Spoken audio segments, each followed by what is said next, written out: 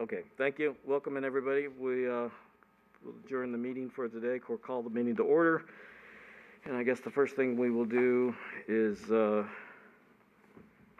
okay, so now we're doing, I guess I didn't catch this, I'm sorry, posting and roll call. So we're doing a roll call now? Okay, so I guess I'll just go down the line and make sure that we're all here. So Dan, Greg, Todd, here. Marty Reel, here. Larry Carr, here.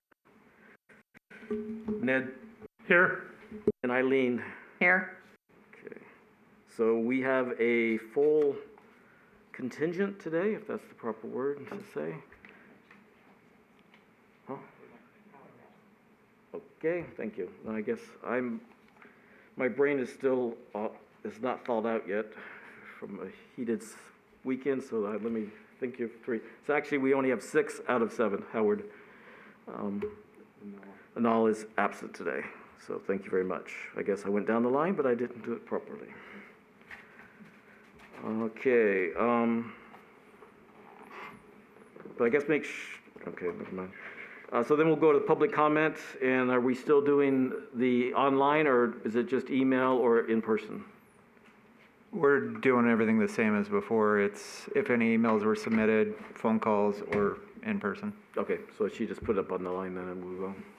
So again, so we'll start with any comments about the agenda, and if you can put it back up on the screen, I'll just make sure. So again, the phone number is 702-589-9629. So we'll give just a few minutes for everybody to do that.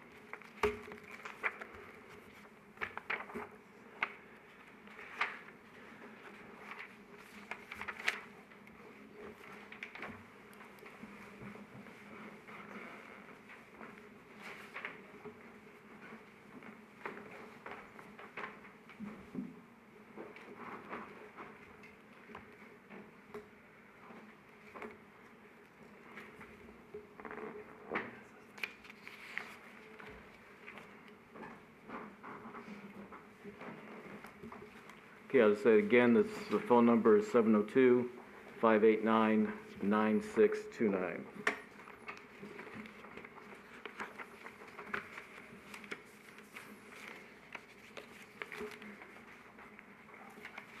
Oops.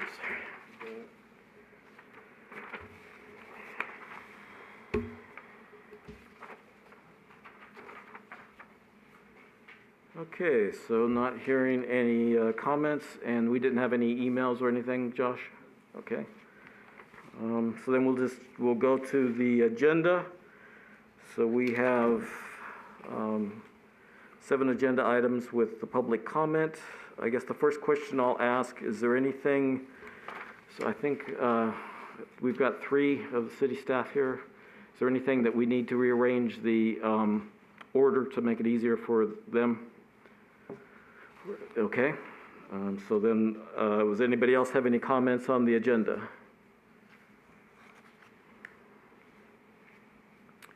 Okay, so I guess we will just take the agenda in order. And so we will start with agenda item number 1 for possible action approval of June 30th, 2021, Utility Advisory Committee meeting minutes. Does anybody have any comments, concerns on the minutes? Greg? Good afternoon. I have one comment or concern on our agenda that we did for June 30th. I noticed that we had the members that were present and the member that was absent. And I noticed on the vote for the vice chairperson, it was also noted that the individual that was absent, which was Mr. Shamo, was noted as being absent, but on the closing minutes of the June 30th meeting, there was no note of him being absent for the vote of closing the meeting.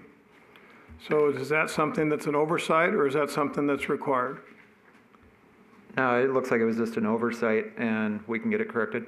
I would appreciate that. Thank you very much. That's all I have. Yeah, also on page 2, item 2 for the approval of the minutes, I think it's the same situation. We just don't have any absentees. Okay. So, Yep, we can get that corrected. not that we're picking on you, we're just, So, okay, does anybody else have any comments on the minutes? So I guess I will make a motion to approve the minutes with the addition of the changes to item number 2, absentee, and the last adjournment with absentee included. I'll second. All in favor? Aye. Aye. Any opposed? We have one absentee, which is Howard. That needs to be noted. Yep. Thank you. Okay, so just, there was, okay, you have a, okay. So there was a couple things in the, or the main thing, I guess, is I guess we'll do that in the log. So, in the goals. I guess, okay, I think we were, there was a couple things I just wanted to make sure we remember, but if we, as we'll talk about the log in the goals, then maybe that'll bring up some of the, as we start going through the log, then some of the minute stuff will be passed forward in that issue. Yep. Because that's the one big thing. I don't think we've really been covering some of the things that have been agreed to in the minutes. So if we can, if the log starts covering, that'll be a big help. Thanks. Okay, so moving on to agenda item 2. Here it is. So if possible, action discussion, the committee goals and priorities. Do we have that we can bring it up on the screen? Thank you. Go ahead, Keegan. So agenda item number 2 is to discuss the committee goals and priorities. I know in your guys' joint meeting with City Council back in June, you had discussed prioritizing and looking at future objectives. And then at your last meeting in June, you guys had initially looked at this draft set of goals. Joshua and I have worked over some of these goals. The first 2 pages you'll see were the draft goals that we had submitted, and then there's some edits. So if you want to flip to the second set of goals that are in there, there's some additional information. So you see goal 1 is just to review the annual CIP. That's what I just passed out, is the calendar for this upcoming CIP. All these dates are tentative, but this is what we're trying to do. Is we're kicking off the capital improvement plan for 23-27, starting right now. I'm going to start meeting with all the directors in a couple weeks to go over any ideas, and this is citywide, not just utilities, but starting meeting with them citywide of any CIP projects they want to see for next year or the following 4 years. And they're going to work through some of the kinks and get everything somewhat finalized. And I'll meet with them again the 3rd week in September. And then we're planning on having a workshop with City Council just to discuss the projects that we're proposing. And then shortly after, I will meet with the city manager and finance director to make sure all the numbers are correct, that we do have the proper amount of funding for the projects. And then you'll see there in the orange, we always do a citizen-led or staff-led citizen workshop. We've done that over at the senior center years past. Last year, because of COVID, we had to do it here in the council chambers virtually.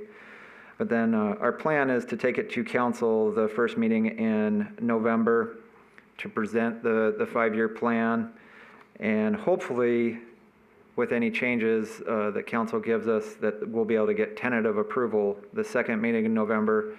But we always have the first meeting in December to fall back on. There has been some discussions recently, nothing's finalized, just very tentative, that there's a possibility that we might push this back even further. I know you guys probably share the same feelings, but council likes to have sufficient amount of time to be able to review all the projects. Any time that it's been trying to push forward and go faster than anybody would like, we don't get the approval that we need, or people aren't comfortable with their approval. So this is the tentative timeline right now. With the Utility Advisory Committee, we have an agenda item today to talk about the capital improvement. We do have an upcoming joint workshop in a couple weeks to go over the capital improvement plan with council. That's where we'll be able to express anything that we talked about today or any other ideas that you guys have for the capital improvement plan. So that'll get us prepared for that first workshop with council in October. And we'll be able to talk about the CIP again, the first meeting in October before the workshop. So we'll have tonight, the 22nd, and then again the first meeting in October to talk about anything we want to see in the CIP. So that's the goal one. Goal two is to review the water, sewer, electric revenue requirements. Keegan, can I ask a quick question on the calendar? Yep. So I guess, so we will be talking before the council workshop, and we'll be talking with council tentatively. Right now it looks like the 22nd, or maybe it's final. I'm not sure yet. I believe they finalized the date. Okay, that'd be good. And then, but I think it would be, so if there's a late meeting with the citizens in October, then we would be discussing their input in the November meeting, and if there was any recommendations from this committee that would be where, if it's still determined to be in the 23rd, could be awkward, problematic. So you had concerns with the citizen workshop? Is that you're talking about any input from the citizens? Well, I'm just saying, the timeline is just so that everything there is for us to discuss after the citizens. So we would be discussing on our first meeting in November. That would be after the citizens meeting, so we would get their feedback, if any. Yeah. But then that would be, so if we were going to we wouldn't want to give a recommendation to the council, I don't think, until we got their feedback. Am I missing anything? Okay, let me make sure I'm on the same page. So we're going to be able to talk about the CIP today because we have an agendized item for that. The joint workshop, late September, and then the first meeting October is for the UAC. We will have a council workshop right after our October meeting. The citizen workshop, from my experience in the past, has been more of us presenting the CIP. There's sometimes a couple questions, usually not very many. And a lot of times we don't get a lot of input or suggestions. If we do, we can always talk about it again, our first meeting in November with the UAC. As long as it's not major changes or a major overhaul to the capital plan, I don't see it being an issue of taking it to council on November 9th, if you guys have changes that first meeting in November.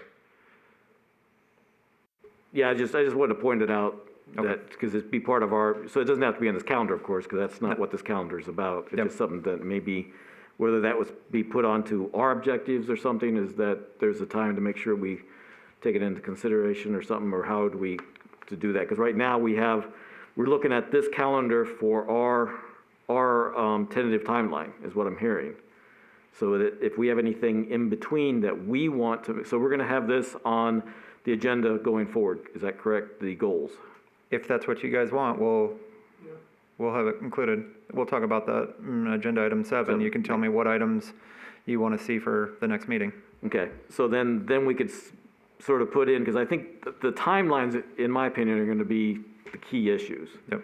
So to make sure that we understand what is expected from us. Mm-hmm. And so that was just one thing that we just see today, that we have this, and like I said, it might have nothing, it might have something, but we might need to put that in our timeline to say, if something comes out of that meeting, then we would be discussing it in November, And then does that, if we had to do something, we wanted to go to council, how are we gonna do it? Because I think the SIP, so we're going to be meeting them before you really have the plan figured out. So that's not gonna be a time for us to present our major recommendations or concerns or whatever. The joint workshop would be a great time to bring up any concerns or additions or deletions, because that's essentially what that joint workshop's gonna be about.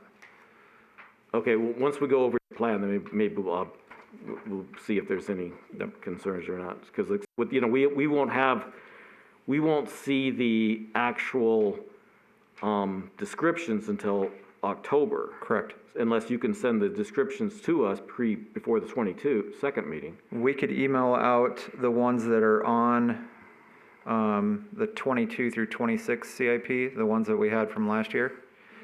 So for year 23, we should have those project sheets already made up. Well, actually, we have a new program, so it's getting input into the new program and making those sheets, but we'll be able to get those descriptions out for projects next year. The ones that are 24 through 27, those are all tentative. We put them where we feel that they need to be, but knowing that when we're talking about this next fall, that's when we can adjust them from there. Okay, well, I'm probably getting on to this capital, so Okay. I just wanted, since this was the key issues to the timeline, it's sort of an example of how we're looking at the timeline for the goals, then I just wanted to sort of bring that issue up. Okay. So we'll talk about that more later. So, Okay. Okay, sorry, I'll let you does anybody else have any? It's okay, I'll let you continue on the goals, sorry. And then number 2 is reviewing the water, sewer, electric, landfill revenue requirements. Saying staff to update a financial plan, present to the UAC, and then the UAC to give recommendations to council from there. And we can do that one of two ways. The recommendation that was given to me is somebody from the UAC actually giving the recommendations, or if you would prefer, I can give your recommendations if you don't want it to come to the council meeting. Either way is fine with me. But the recommendation was given to me that you guys would prefer having somebody from the UAC actually there, or you could do it via a report. I guess in some of these cases, we won't be able to have that many joint meetings, I understand that, but if we can look at the timelines and see if we can fit in some of the joint meetings, because I believe the budget would be a major issue. So I think it would be better handled in a joint meeting than a council if possible. Yep. So we'd be looking at, January, February? January, February would be perfect. It would be right at the beginning end of when finance is starting their O&M budget. So I would suggest that we put it as a joint meeting if possible. Is it, anybody, what does the rest of the committee think? A workshop where we have a discussion, or a meeting where it's one-sided? A workshop, but Thank joint you. committee workshop. So I guess, we can maybe talk about that at the joint, so in 7, we'll talk about it again too. Yep. But I think if we add it to here, then that might be helpful, so we know where we're looking at. So then that would answer your question. I think we just prefer to do it, all of us would be there to have input. That seems like the simplest way. Okay. If there's no other questions, number 3 is talking about a water conservation plan. Staff is going to put together a water conservation plan. We're actually doing stuff short-term, but the plan is going to be all long-term. And then this would be another place that the committee can present that to council, whether it's through a joint workshop, report, or actually at a council meeting. So that plan's I know Mr. Porter said at the last meeting that it was gonna take a few months to get that plan together. And I completely agree with him. It's not something that we're gonna be able to whip together in a week. It's gonna take us a little time to get a draft plan together to be able to present that to you. I've got some ideas that we can talk about when we get to that item, but, so that's what that goal is. So is that, so the state mandate legislation that was passed, is that 2023? 25. 25 for the turf?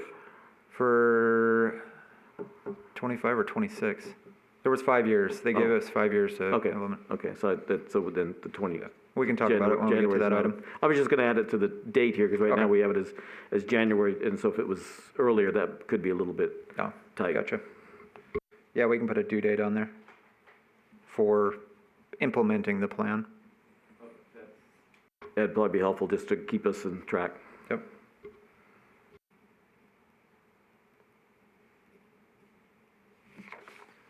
And then goal 4 was on here is review the integrated resource plan.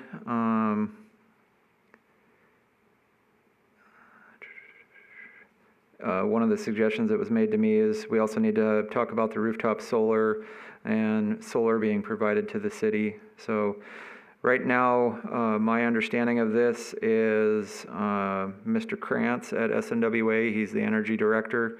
He was given some information from Mr. Porter about the rooftop solar. He's planning on this fall really digging into the numbers and being able to present to the UAC his recommendations on how we're moving forward with the rooftop solar. And then he's also, that kind of plays into this integrated resource plan. The due date for that is December of 2022. Our plan is to begin work on it this spring, knowing that we got to analyze the rooftop solar beforehand.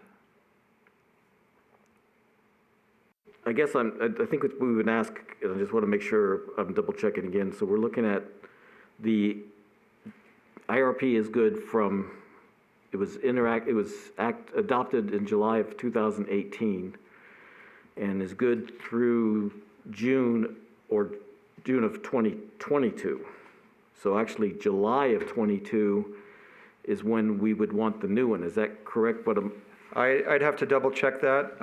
This is just what Mr. Porter said was December of 22 when it needed to be done, but Joshua and I can double check that and confirm. If we do need to move that up, we'll definitely have to change the date on these goals. It was a five-year plan, and it was implemented in 18. Was that for starting 19? And that was my understanding, but we'll That's what I definitely would double think, check yes. that. I would think that would be right. So that would be 23. Yep. Okay. So December of 22 would be correct if it was implemented in 2019. Right. We'll double check though. well, the question is though, so maybe we should say they adopted, because if it was adopted in July, wouldn't we want to adopt it? We would need to look at when the city council needs to adopt it. Yep. And I think Western Area Power Authority, I believe it's part of the I think it's part of the Hoover Dam contract. At least that's one of the applications for this, is that it's a 5-year plan for Western Area Power Authority. Yep. And so there should be a date in that. Okay. Does that match your, Ned? Yeah, Okay. yes. I remember when we used to have to do that, yeah. Yeah. Okay. And then so on the timeline on that would be also is if we could look at, he was talking, Dennis had talked about giving us some updates that were just off the top, that was easy to go now. Is that something that can be done? So we would be, because right now we're not looking at anything major presented until October of 22, which that might have to be slipped to the spring of 22, depending on when it needs to be adopted. Yeah, if we have to adopt that earlier, we'll adjust these dates and push everything up. Because I was thinking, if I understood Dennis right, I thought we were going to get a sort of a preview this fall of some thoughts for the IRP. The only thing that was relayed to me was the analysis of the rooftop solar and buying solar from solar energy from the solar fields would be this fall, and that's what Mr. Krantz was planning on helping us out with. He was planning on giving a presentation on that, but Yeah, it says right there, SNWA, SSEA to provide presentation by December 2021. Yep. So we should be getting a presentation, Yep. which will update us. yeah, and I talked to Mr. Krantz 2 weeks ago, and he confirmed that, yeah, he's still on board with that. He hasn't had a chance to dive in any of the numbers, but that was his full plan this fall, and being able to present something to you. So that must have been what Dennis was talking about. Well, several months ago, he was talking about the whole package. So Okay. I'm trying to remember how many pages it is, and he was talking about, he thought he could get some of the stuff that he knew out of that current IRP updated. Okay. And then he'd get back to us, and that was, I think, in the spring. So a lot of things happened, I understand, but that's why I thought that he was gonna take the current one, sort of say, yeah, we're gonna update this, this is good, Okay. type thing, and we'd be able to go on and just, so there's certain things, definitely would like to see something before October 22nd. Yeah. So that just seems, 2022, it seems a little bit further out there because then if you're gonna say, well, we're gonna adopt it by December, have it available January 1st, because the question is whether it's our fiscal year, whether it's Western's fiscal year, or whether it's calendar year. So you've got 3 dates to see which one it is. So the government's, just as member, is October 1st is their fiscal year. Okay. Thank you. Any other questions on the goals? Were we gonna present some of the additionals, the second one that you handed out that you presented in the package? The red lines? Yeah, that's in here. It says printed in black and white. Oh, that might not be the one that's presented up there. In the packet, there's 2 sets of the goals. The one is the original one the original draft. The second one has some of the markups on it. Yeah, the two things that I'd like to go over really quick is that on 2, the financials. Okay. Okay, there it is. Yeah. So I think that's, so I did I mishear? Or because having the end of the audit, and were those weren't discussed a minute ago, were they? No, we didn't talk about that. The auditors are actually here as we speak. They've taken over one of our conference rooms. And I don't know the exact timeline that it takes them to put everything together. They're here all week, and then they have to put together the report. But as soon as that's available, that could be a discussion. Because that's why I think those items are important, the end of the year audit, the 5-year budget, the next fiscal year budget, and rate review. And so then that would be good to have a timeline associated with what would work for the committee, well, what would work for the staff, and then what we can start working on too. So what's feasible for everybody. We try not to burden staff with any additional, but I think the more we understand, it helps each step. That's why I would think the audit is the first place, because then that gets ready for the budget, and stuff like that. Out of those 4 bullet points, I see the hardest one being the 5-year budget plan. That's not something I'm typically used to. I know there's 5-year CIPs, we always look out 5 years. But for the 5-year budget plan, I know you were saying that that's in the Raftellus, the rate study. I might have to talk to finance on, we can get kind of their rule of thumb of what percentage is increased per year. But yeah, that's not something that I'm extremely knowledgeable about. Yeah, and I don't mean to. For the O&M. But I did do a little research, and on the website under finances you have, actually it's in the records area. Okay. There is a 2019 5-year budget. Okay. And it states that it's an annual process. Now, Okay. whether it's just, because the one that's on the records is very basic. Yeah. So if that's all it needs is the very basics, then it's not gonna help us much. But I would assume if you have a general 5-year, that's why I guess it'd be interesting to see what the annual requirement is. Okay. Yep, I'll talk to finance about that and see what they typically put together. Okay, appreciate it. It's because basically, and that might be, to me, it would be helpful with the fiscal year budget, so the sooner you have that, then you'd understand how this year flows with the next 5 years.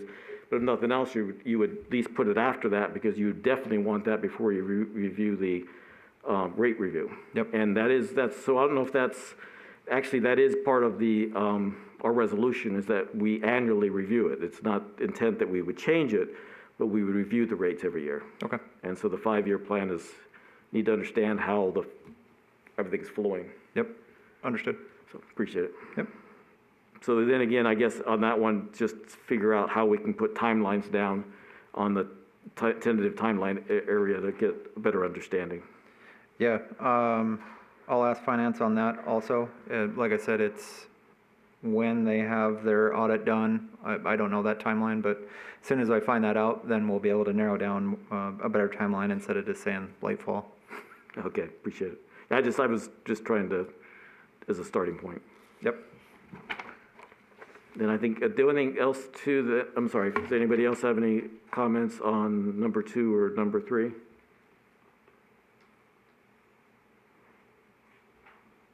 Okay, so we'll go forward. So on number 4, you talked about the solar. Did you just talk about the electrical infrastructure? So in the minutes, that was one thing, I guess, in the minutes of last time, there was a few discussions about consultants and some different professional, but usually in the budget, it's talked about professional and technical projects. And so is this a good time to talk about that? Would that be in 7? Because that's one of the things I think we'd want in the goal is I think it's still confusing as how much this committee gets involved with and how much we don't. Again, we're not trying to get in anybody's way. We're not trying to stall the project, but the more we understand. So I think there was at least, because there was talk about, we'd ask about substations, and they said there was a consultant that was going to be hired to do that. We talked about the infrastructure, and there was talk about a consultant to do that. Now, whether that's the same consultant, I don't know. And so we're in September. So I guess when, where, and how are some of these consultants going to be? When are we doing the projects? Okay. Yeah, the best time, we'll be able to talk about that in either item 3 or 4. Okay, because that might be either we add it to the goals or add it to an additional goal. Yep. To do that. And then I guess the other one is the log. So where do we put the deliverable log into the goals? Let's discuss that further in item 7. That'd be a good time to. But Well, I think that's for agenda items. this one, I think we were saying that we would actually, this is in the minutes, that's what Dennis was saying, that we could possibly interact it with the goals. So that's why I'm bringing it up now, because it's part of. Yeah, that can be, we can do that kind of as a summary with the goals. We can have our 4 main goals here, or if we have other goals. But the log, I think, could be more of a summary to go along with the goals. Does that make sense? Yeah. Okay. Yeah. Does anybody else have any? So Dan, you had originally talked about the log last time. Did you have any thoughts on that? Well, just, I'm not sure if it's a goal per se, but just some way, I had recommended a RFI or some kind of RFI log. Just to document what we were asking and, asked and answered and, tracking the questions and answers in general. So Yep. I'm not sure how that fits in with the goals, but I just recommend that. It seems like there is a lot of requests for information that aren't being fulfilled. And like Larry said, we don't want to overwhelm staff digging for information, but it would be helpful for some of the things that we're reviewing. Okay. So I guess we can redo it, we can relook at it at 7 and find out, okay, do we put it in the goals? If we keep the goal on the agenda every month, then maybe that's as easy as, instead of putting the goals and a log. Yep. Then you'd have one goal, as long as, the biggest thing is making sure what we can openly discuss. Yep. So, okay. So that would be, so in the future, I guess, then if we know when in 7, when we do the study, then that will be helpful. Okay, thanks. Anything else on the goals? So I guess in this point, there was discussion in the minutes about making action at this meeting, but I think we're still asking for more information. I'm not ready myself to really prove anything. Does anybody else have any thoughts? I think saying that we agree with the goals, do we want to just make a comment on that? What I'm saying is we started off at the last meeting saying let's look at it more, but I think we agreed with it. So if the city wants a better understanding from us that we like the idea, but I'm not comfortable with the layout yet. Yeah, it says discussion and possible action, so doesn't mean you have to take action on it right now.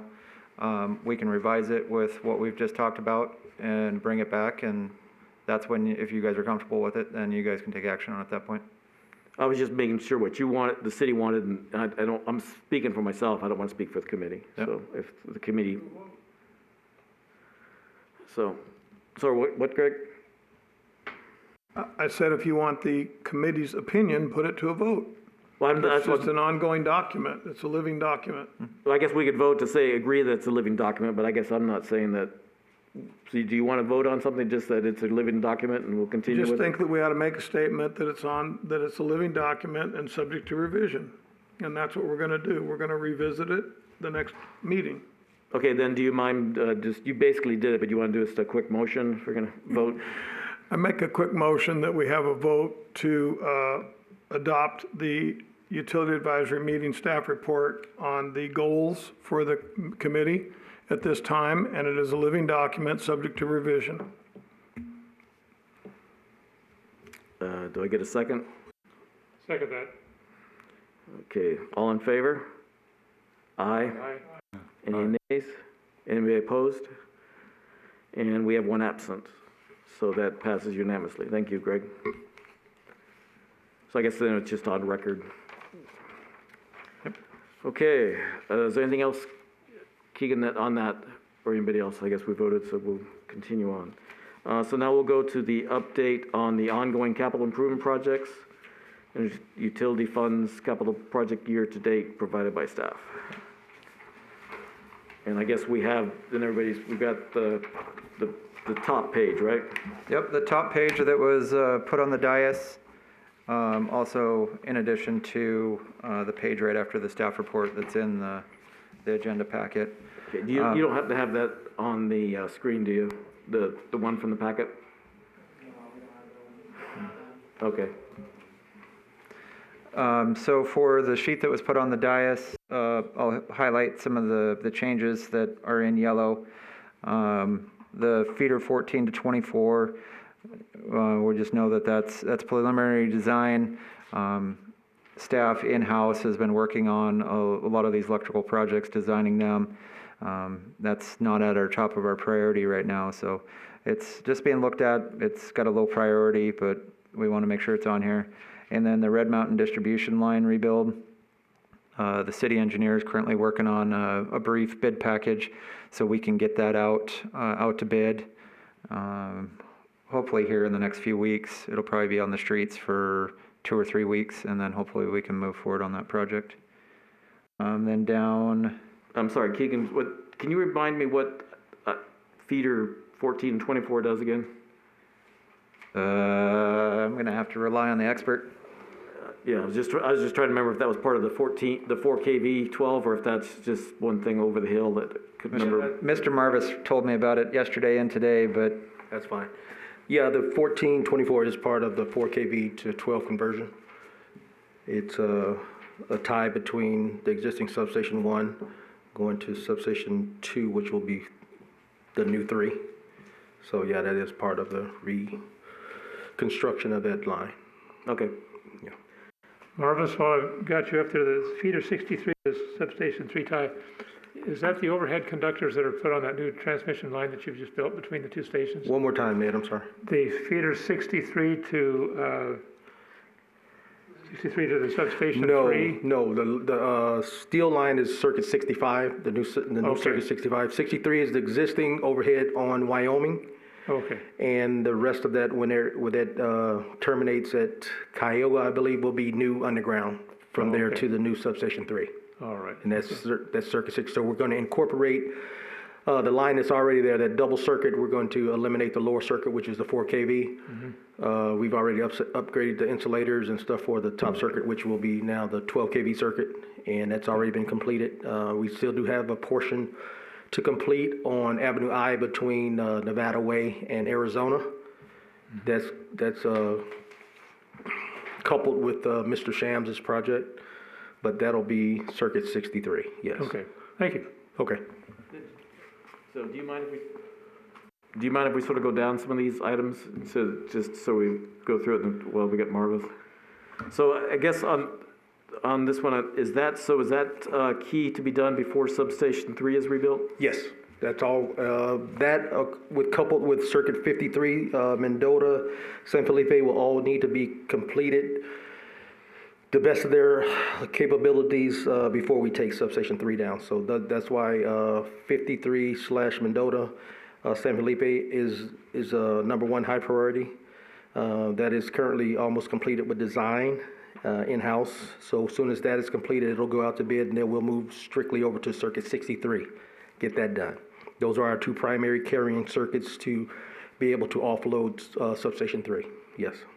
Okay, so then we should be able to, in a couple months, then see Yes. some different progress Yes. on that. Okay. Yes. That'd be great.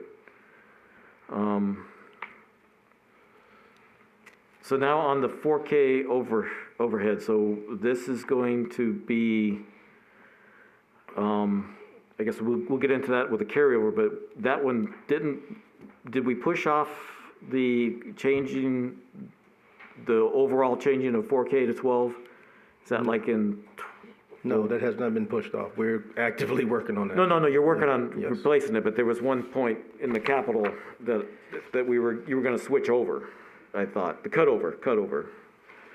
Okay, the cutover's in 2024, okay. Yeah. So What we did push off was the decommissioning of 1 and 2. We moved that out a little bit, but that's just to take them out of service and remove them. But the cutover is tentatively planned still for the 24.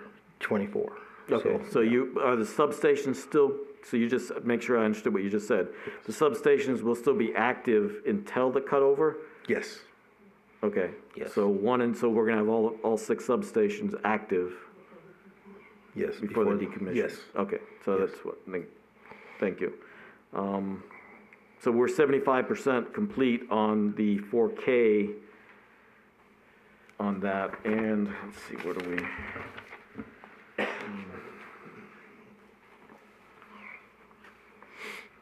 Okay, I was a little confused on the 4K because at one point, I believe the money from 4K money from that was taken to allow PAR to help the city overall, not just for the 4K. So as the 4K got all the money it needs, and so when we're saying we're down to, so I guess this year we're revised budget of 506, then that's the last 25% that needs to be done, and you're expecting to, when do you think when that might be done? We're currently working on an amendment to that contract. The PAR services is the support services, but that's essentially what they're working on is the 4 kV to 12 kV. So we're working on an amendment to bring to council to extend that and add more money to it, because right now it's showing $20,000 in it. Yes. Okay. On the next revision on electric category, the cutover shows 0 for FY '22. 4 to 12 kV cutover and 4 kV substation removals, that would be electric 20-119. It shows 0 in the budget. Yeah, we can go over that when we get to that next agenda item. Okay, and then the Buchanan, so how are we looking on the the Adams to Buchanan line? Actually, go ahead, Marcus. You got better details than I do. Yeah, we are about 40% complete with that. All the structures will be delivered by end of week next week, and PAR is actively installing all of the pole line right now, and they're separating the existing overhead lines as we speak to install the new steel poles, should I say. And so that is actively about 40%. We did have a delay, of course, on material being delivered. Steel was pushed out quite a bit. But now all of that has been remedied, and we will have all those structures by the end of business next week, according to PAR's delivery schedule. And then we will actively get those foundation poles in, which are dead-end poles, and then it'll be a wire pole. So we are still tentatively on track to be completed by the end of November, barring any unforeseen circumstances, yes. You're going to be using some of the same overhead No, conductor? sir. All brand new conductor? Everything is 954. 954, Yes. even the Even distribution? in the distribution, yes. Oh, good.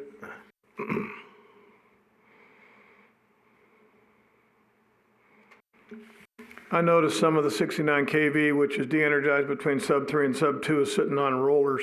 Yep. So that's kind of a woolly situation, especially if they start stretching that conductor really taut. You know, like it is right now. There's no sag in it between some of the old poles. Yeah. They got to put some extra give in it, otherwise we're going to have a problem later on when they get full tension on it. It's part of construction, Mr. Todd, you know that.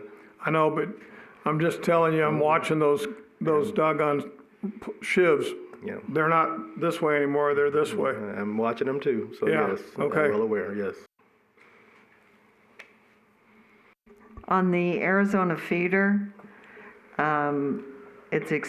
the chart says it's expected to be completed in October 8th of this year. Do you anticipate it being completed by then? No, and that has been put on hold for now. Nair, our contractor, has completed all they can complete until this point. The only parts we're waiting for is the installation into Substation 1, but because of the temperatures, which are now starting to come down, we could not offload Substation 1. We have to move that over, all that distribution load to Substation 2.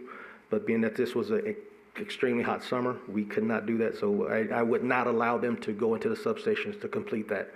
So once it cools down, which we were thinking about the end of September, they'll be back on. So we'll be looking at probably another 30 days to get that in. Then they'll be complete. Then we can come in and start doing what we need to do. So are you going to need to amend the contract on that one too, no, or just? No, it's all, it was 270 days, I believe, for the contract. And that was for allowances for things of that nature, any kind of unforeseeable delays, and that would, this happened to be one of them. So, yeah, we could not I in good conscience could not allow them to go into Substation 1 because the loads were so high, and we could not support that with the Substation 2, our backup substation. So I delayed that. Okay, thank you very much. Yes. So the Substation 1 is you're just taking it down for them to finish their, Yes. and then you bring it back up? Right. Okay. Yes. And then, so I guess the one thing on to Eileen's comment too, so did you say there was not enough money though? So there's enough time, but is there more money needed? Did I misunderstand that? No, money's fine. Oh, I misunderstood. It was Okay. a loading issue. So we could not transfer loads because the temperatures were so high. Okay. So yes, That it's not a makes- money issue at all. Okay, thank you. That makes a lot more sense. So on circuit, I see that we got circuit 45, 61, and 63, 64 that are three priority, so going back up a little bit, priority threes, and looking at expected to go to bid in spring of '22. So these are type of things I guess we can talk about in maybe the capital, the 5-year plan to find out, do we even do them then? How critical are they with manpower and stuff like that, what we might do. Okay. And then I guess the last one I've got for electrical is the meter replacement. So in the minutes we talked about, it was talked that 50% of commercial had been replaced Correct. in June. So where are we at with that now? We're still there. And as a matter of fact, I just had a conversation with Mr. Keegan earlier about that. We will be amending the capital for next year, I believe, we discussed, because we still have roughly 300 commercial / three-phase meters that we need to be adjusted. Some of those are residential in the Temple Rock area. Key Lago, and those places have a lot of three-phase that is outdated, so we'll have to address that. But the majority of those three-phase and commercial are still businesses that we are addressing. So we will be amending that or asking for amendment to the CIP going next year for probably the next 2 years for So that. That's, you said 300 commercial? Yeah, roughly 300 commercial and three-phase residential meters. All of the single-phase residential meters, which is roughly about 6,200, have been replaced. And then over the last couple of years, now we're actually getting ready to enter a phase where we're going to start replacing those as well, because there's a 3 to 5 year shelf life. And we're going to all bridge meters now, which will give our utility outfit more flexibility on reads and cuts of that nature. So we're doing that as well. So this is primarily for the remote reading? Is that Say right? again? Primarily for remote reading capability? Yeah, So- we have, all our residential are remote reads right now, Right, but the but not, three-phase- but not disconnect capability. I see, okay, really? Yeah, we only have about a third now that are bridge meters, but we're going to, residential go to all bridge, so yes. So we're not buying any straight radio reads anymore. Everything we purchase now is a bridge meter. So it actually For resident. has the heavy contacts internally on the meter? Yes, Really? Okay, Yes. interesting. And so in the statement here, in the bigger, the priority spreadsheet, you're showing that 95% of the equipment is purchased. So does that cover the 300 commercial? no, that's basically our residential. That's 95% of the project that was initially proposed. Was residential. When we get to the actual capital plan, that's when we were gonna propose adding another 2-year plan to that. Okay, so, thank you.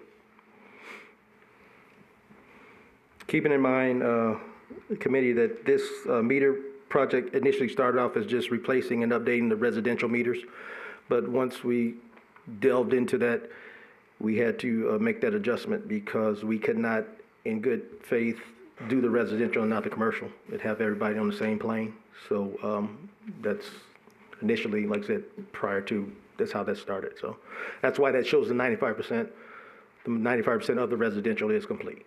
Okay. With the exception of, like I said, the 3-phase portions. No, sounds good, thank you. Any other comments on the electrical? Okay, I guess we can move on to All right. water. Thanks a lot, Marvis, appreciate your time. Under the water, got some good news. Mr. Joshua put in the grant for the replacement program, the Water Smart grant, and we got word, it's not official that we got the grant. There's still some hoops to jump through, but they said we're right up in the top of their rankings. As long as everything checks out when they do their internal audit, they're gonna call and have a conference call with me, and just to make sure everything what we said was true, which I helped Josh with that, reviewed it when Josh was putting it together, and it was a great grant. So we should be hopefully seeing that 75,000 from the feds. I think they were saying November, December-ish. So is this so they can all be remote read as well? Is that the reason for them? Was that it, Josh? Yeah, so basically the grant is to upgrade our water meters around the city. To make them more accurate, but also to make them remote the read, yeah. radio read ones. Yeah, basically just Okay. upgrading however many we can. Good deal, good job. Now, I guess, so in one budget document, it showed that was a $150 item. So is it $75 for? It's a 50-50 split with the city. We contribute 75 grand. The grant is contributing 75 grand. So that's why in the CIP it said 150. Half of that is from the grant, half of that is from the water fund. Okay, unfortunately, 2 documents show the 75 and 1 document shows the 150, so it's confusing to see. So basically, for the budget, it would be nice to have, because in the final budget that I saw, it was only 75,000. Here, it's only 75,000. Yep, 75 from the city and 75 from the grant. One of the documents, I'm not sure exactly which ones you're talking about, but I'll go review it. But I'm guessing that they were showing the 150 was the overall project, but when you actually look at what's coming out of the water fund is only 75. Yeah, but the grant isn't shown to offset. So if you're showing, so I guess it'd be nice to show the 150 and the grant, then we have the full picture. Yeah. A lot of times when we're doing the CIP, there'll be different funding categories. So under water, there'll be different places where the money can come from. So 175 would show that it's coming from the water fund, and then over one column it'll say outside funding, and that's where the other 75 should be. Yeah, in one document it shows that, the other 2 documents does not. So if Okay. you look online, you'll see 3 budgets associated with this fiscal year 22, associated with the enterprise funds, and it's confusing. So that's the reason that I just was trying to clarify. So it'd be, I guess, I think it would be, wouldn't it be better to show that it's 150 here? Because so Carol's shaking her head. If Carol, could you mind? I guess I'm a little confused. Okay, so This is the CIP, and in 22, it shows the 150 for the project. It shows 75 from the grant, Yep. and it shows 75 from the enterprise. And in 22, it shows on my report at 75 because that's what was funded. The other 75 will not go on until we actually get the grant funded.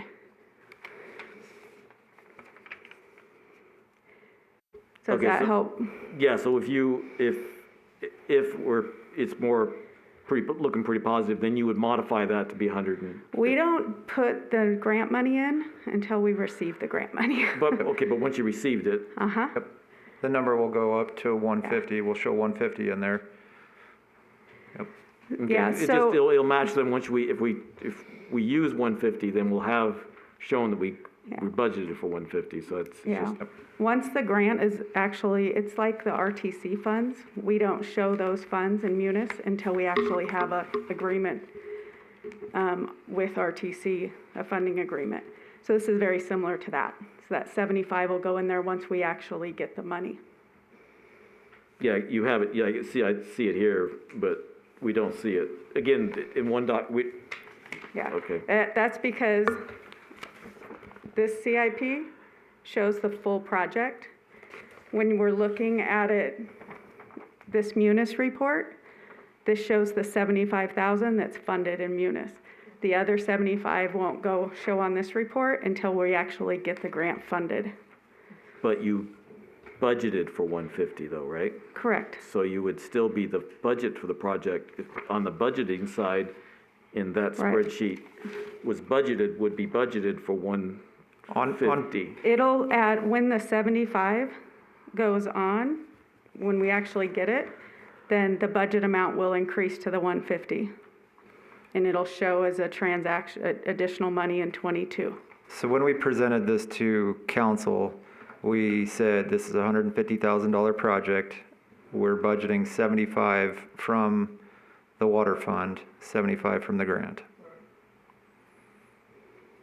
Okay, So on paper, it's 150, but in our financial software, it's only 75 until we actually have a funding agreement with them or the check is in finance's hand. okay. Thank you. Okay, so can I go over some of the water? Or did you have any else on the water? No, that was the only one I wanted to highlight on the water. Okay, let's see, so am I looking? Okay, so we have the, El Dorado Valley Line PRV design on hold, but in the, paper from the project, from the packet, it's still showing that it is budgeted for 250 this year. Yeah, it doesn't matter if a project's on hold or active, if it's in our Munis system, it's been approved by council in the CIP program, it'll show in here. Whether we close the project out, it'll be in there until council either acts on it or the end of the fiscal year and it closes out. Well, do we need to rename that? Because the council, if I remember correctly, the council asked that be taken, it's on hold because the council asked to be taken out. Yeah, and that'll have to, I don't believe, Carol, can you remind? I don't think they took action on that, they were just. No, they took it out of the CIP for 22. They did not take action on what was funded in 21. And what's on there is the funding from 21. So until the council actually goes in and closes that project, which would reallocate the money, or then it'll stay on, the funding is from 21. What they removed was the 22.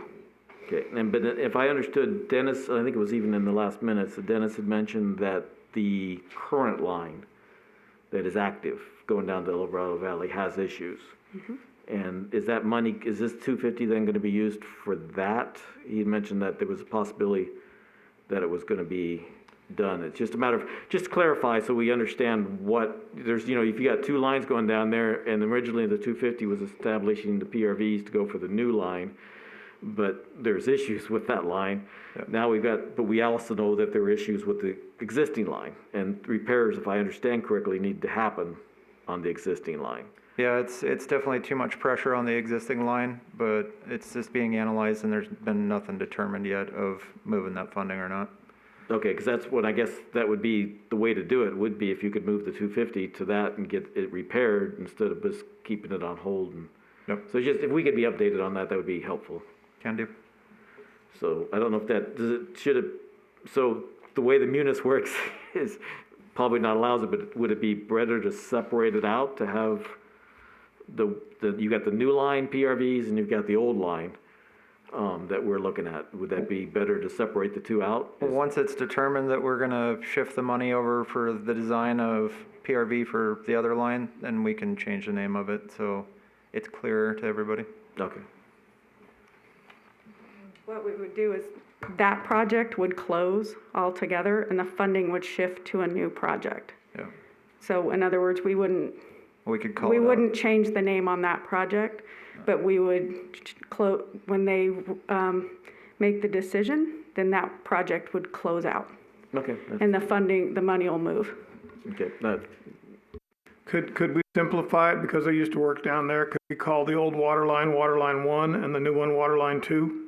Eldorado water line 1 and Eldorado water line 2? Yeah, we'd 1 or 2. And that way we or- know where the funding's going to and coming from. Yep, we can call it 1 or 2 or 14-inch and 16-inch. No, that's confusing, because I can get into it deeper, and up at the corner of 95 and Boulder City Parkway, there's a reducing cone up there. Okay. So we just call it Eldorado water line 1, Eldorado water line 2, and that way we all get on the same page as what we know we're looking at. Yep. Ultimately, both of those lines will be back in service and in use, or are we gonna abandon one of them? There's no, if we do energize the new line, number 2, yeah, then they'd run in parallel for the time being until we do a crossover or, yeah, essentially, if we had a PRVs on the line 1, we could just run it in a loop. Right, But we'd need PRVs on both of them. right, okay. So Carol, if you can help me clarify. So right now we have the PRV design 250 on hold, and we have the National Park Service on hold. So I didn't get a chance to confirm the money that was in July of the city manager's report. So are those included in so we'd have is $500,000 included for what's been budgeted? Because right now it is shown as a revised budget. We're budgeting for something that's on hold, or because we're saying it still could happen this year, or we're just running it through. Did I say that right? Because trying to figure out what amount of the prior year is being included in the current year budget for capital. Okay, so in this report that was in the packet, it shows I'm just trying to make sure I'm understanding the question too. It shows the total approved budget prior to 22. Any new funds that were funded in 22 show in that column. And then that gives a total approved budget for fiscal year 22. So if the project was funded prior to 22 and we didn't use it, if it was on hold, then it shows as total approved budget as a fiscal year 22, the same amount. So Okay, it's an approved, but the way I look at it, maybe we're looking at it two different ways. Okay. You're saying that this money is approved, and I agree with that. But the way I say, when I look at it and see revised budget, you're expecting that to be spent. It's available to be spent in fiscal year 22. correct. But if the project's on hold, we're not anticipating to spend it in 22. When we say the project's on hold, that's on this status report, that's on the day of this report. The funds are available. So that's where I'm a little bit confused, because even if we're saying it's on hold, in Munis, the funds are available if we need, If it Because was it could- determined that we wanted to start design on either one of those projects tomorrow, then on our next report, we would say it's no longer on hold, it's under design. No, I understand. And the one with, like with the Park Service, my understanding is we're hoping that we're gonna go a different route and we wouldn't even need the 250. Yeah, we're hoping that can just get vacated. But there's a possibility something might have to happen, we would still need the 250. So I think part of it is I think my bit of confusion is what you have to have for Munis, and what I'm trying to understand is expected to be used financially, that from the budget that would be, excuse me if I'm saying it wrong, but to me, it's the budget that would be turned into cash that you'd expect to have to use, have cash available to spend in '22. Okay, so the revised budget is what's available to be spent on that project in '22. If we think we're only gonna use half of it, that's not gonna reflect in this Munis report, because we're not gonna go in and say, we're not gonna go in and adjust that budget. How it would reflect is if we only use half of it, and then we decide, okay, our project's done and closed, and there's $100,000 we didn't use, that's when we would go in, close that project out, and that money could be, then it would come out of, the project would close in Munis, and that $100,000 would no longer show there. Okay. You see what? I see what you're saying. It just So gets a little if we confusing end when up you're where we're, doing yeah, budget so the and cash. budget's not gonna change if we don't use the money until we close that project, it is when it would change in Munis. Okay, and that's part of my biggest confusion, so thank you. I hopefully won't have to do this too often, is just trying to get the understanding of what has to happen in Munis and what I'm trying to, what makes sense to me. And then I guess, but again, what's in Munis, in the minutes, it had been mentioned that the reservoir improvements and the replacement of the 8-inch butterflies were gonna be combined. But since that's a Munis is separate, that's gonna be, continue to be put this way. Are you just, is it gonna be combined as one project to go forward, or I'm not really sure why the comment was made if we're gonna be continuing with it online here. I'm not 100% sure. I did hear that they were going to combine them. But yeah, as far as Munis, if I don't take it to council and ask them to close one project and move the funding, then this Munis report will stay the same. But if we're going to combine two projects just to save money for economy of size, then on the larger spreadsheet, we can show those as being combined, but the Munis, the money will just come out of both accounts. Okay, well, okay, so we can ask later on then how's the butterflies come along, and so by having it separate, it helps us, but I was just trying to make sense of the minutes. Yep. Okay, you have anything else? I'm sorry, Carol. Okay, so, thank you. Okay, anybody else have anything on the water? I have a question on the National Park Service. That's been in negotiations for quite a while as far as how they're going to handle that. Do we have any updates? I don't have any updates on that. Okay, thank you.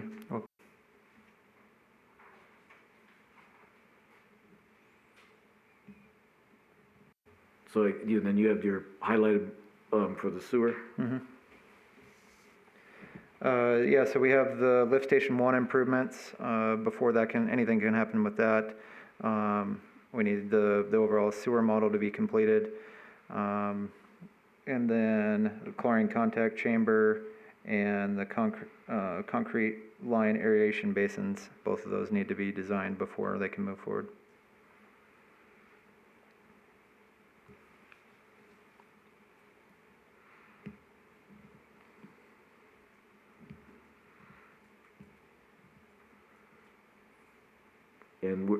So anybody else have any comments on sewer? It's not backing up into our houses, so. That's the goal. Yeah.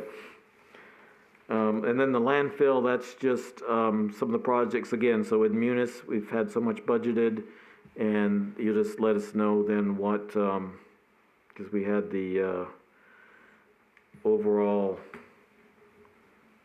expansion had a large budget, and I guess then we spent a reasonable amount of that So I'm trying to remember, okay, and then we've got road design and stuff. Go ahead, Ned. I was just curious, what is the road design? Is that just a perimeter road? Just Perimeter around road. the fence line, huh? Yep. Okay.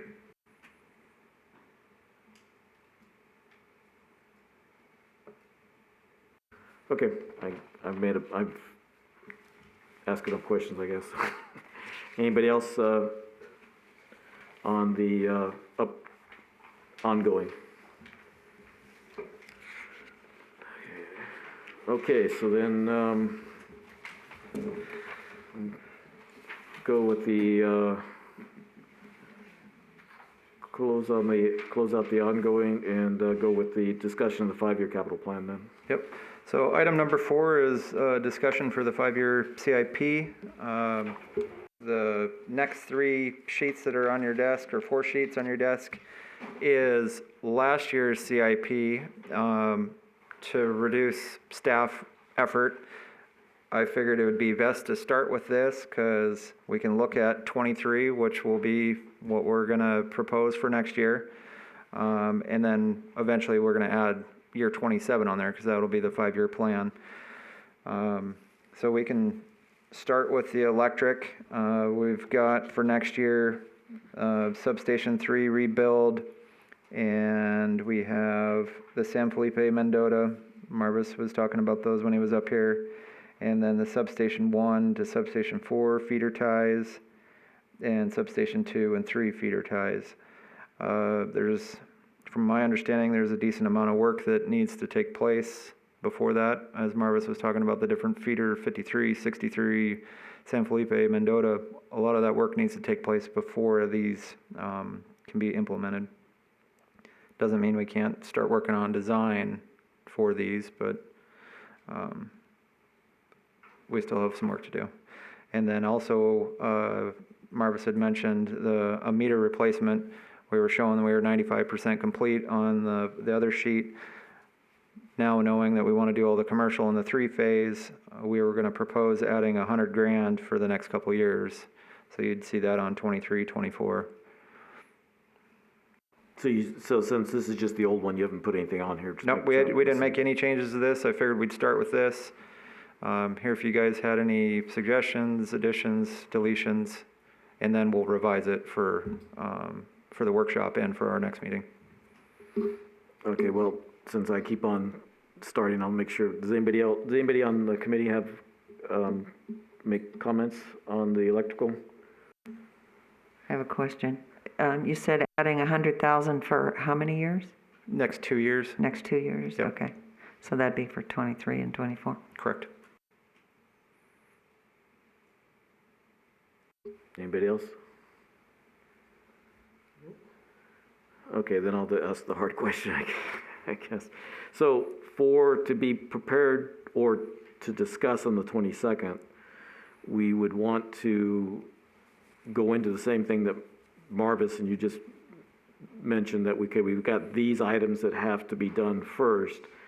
And so I guess to say that we want 23 and then look at 24 and 25 and 26 and then 27, we need to understand where the staff is how we're going to get them completed. So whether it takes outside staff, whether staff is going to be hired in the near future or not. So I think that's the key issue that I think the council is looking at too, is 23 feasible to do, and then are the other ones feasible? So 23 is what is easier to determine. 24, 25, because I think you're looking at, 24 is a big budget item. Yep. And so then it depends if we want to push that out. I didn't think we had a large one like that with the $9 million. I thought that got pushed down to 20 to 75. So that's the question. Do we want to talk year by year? Or what's your preference? My main focus is 23, but I'm happy to talk about all 5 years. Well, I didn't remember 24 being so high, so that caught my eye. I'd have to go back and see. I thought that was like 75. I thought that something got moved out. I was pretty sure it did get moved out to 25 or 26. Yeah, it was 5.3 million. So I think before the 22nd, we definitely want to make sure we understand what's going on, because that's a large budget, and again, is it even doable? So, okay, let's look at 23 and go then, if you don't mind, we can move to 24. So we're looking at substation rebuild, so that's design, so that's one, as soon as you can get to it, the better, to understand that.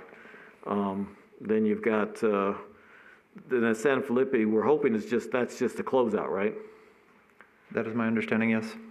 And so, we're hoping that we can get that done by the end of, so I guess we have, theoretically, you've got a little bit of time for the San Felipe to Madron feeder to get done before you start the construction in 24, is that correct?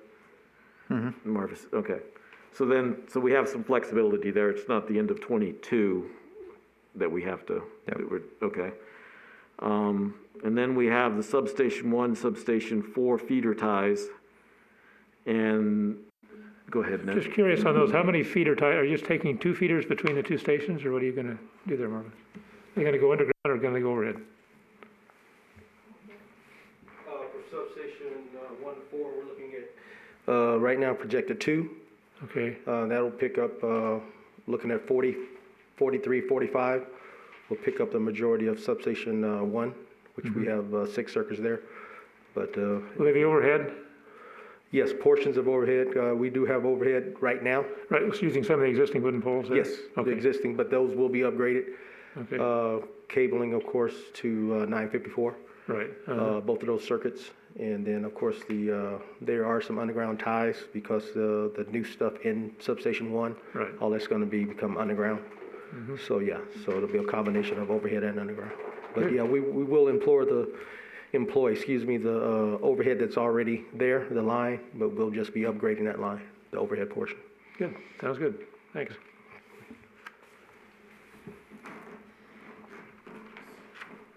So I guess one of the things would be for the meeting is it feasible on the meeting of the 22nd to say, okay, so we look at the first list we talked about, we had priority ones. And so are all the priority ones needed to be done before we get into 23? And that's, my plan is to sit down with Marvis to go over, okay, we have projects A through F that are already in the CIP, and making sure we have the right priority of those before we can even get to the ones that were shown in 23. So yeah, that's my plan of attack, is over the next few days. Of course, he's so short-staffed that he's hard to tackle sometimes, but getting together so we can make sure we have all those priorities. I know his priorities are right. We just want to make sure that everything's in order to see if it is even feasible to do 23, which a lot of times that'll affect 24 and so on.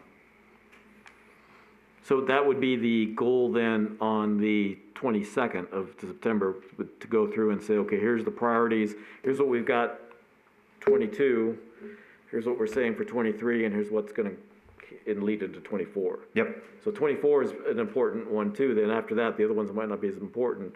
No. But it is, these 3 are very, very important. So what we're going to do in the old, and as we said before, so this is a good time. So everybody, I think, so anybody other ideas that if we have something, let's say we started in 2018, if it's not needed to get 23 or 24 items done, and it's not a major catastrophe, if it can be run to failure, for instance, instead of maintained, then that's something we could put off. Yeah. Yeah, And do and something. So we all know that priorities change. I see it with looking at our streets projects. Me being public works director, that's what I deal with a lot. The priorities change on streets. Sometimes a street gets so far that you can't slurry it anymore. Now it's got to be full reconstruction, and the best way to spend your money on streets is keeping the good streets good. So if a street starts failing, then you might just let it fail for another year and then come in and completely rip it out. So I understand that some of the priorities we had back in 18 or 19 may no longer be a priority, and that's what I want to tackle with Marvis. Be completely honest, the electric system is new to me. Water and sewer I understand, so plan on getting with him, and when we get to the 22nd, we'll be able to have that discussion of, okay, the priorities have shifted, this is our recommendation, this is what we'd like to see come forward, and what are your guys' comments or changes from there? And that's what I'm just trying to make sure I understand, because basically, I think right now we've got 18 electrical projects. I haven't counted them, but yeah, I wouldn't doubt it. Probably. And so, we know we're not gonna get 18 done this year. Yep. And so, I guess that's the thing. So I think everybody, this committee and the council would feel better, because I know there was some comments last year, from the council about, okay, are we gonna get it done or not? Yep. So, the listing that we have for all of us to talk about that on the 22nd, then I guess we would talk about it, and then our final report, I guess, would be saying that with this, so you're gonna have sort of a plan of attack. Yep. And then we can say, with the plan of attack, we agree that this is doable. Mm-hmm. And so that's gonna be discussed then more on, sorry, repeat myself, on the 22nd. Yep. Okay.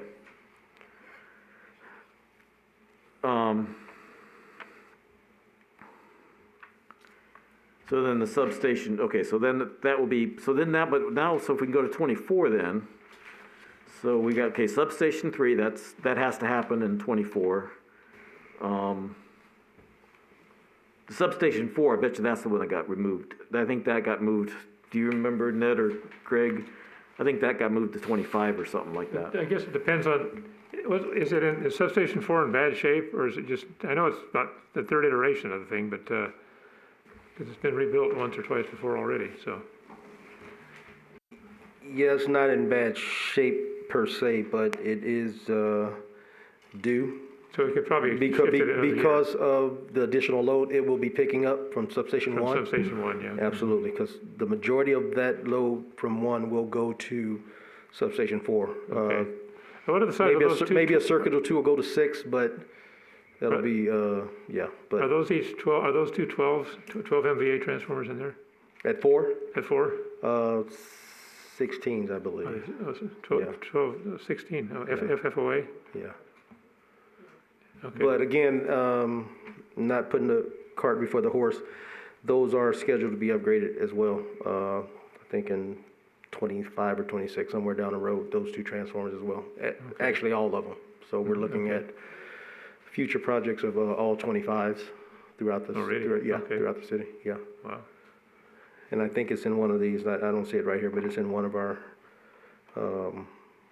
programs that is showing those transformers at 5 and 4 to be upgraded in the next 5 years. Marvis, can we Yes. order the transformers like in 23? If you can, Have them being built?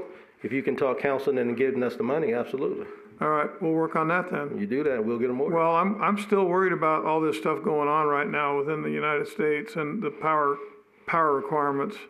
And if we don't get our order in early, we're not gonna get the cans, Yes. because they gotta build them.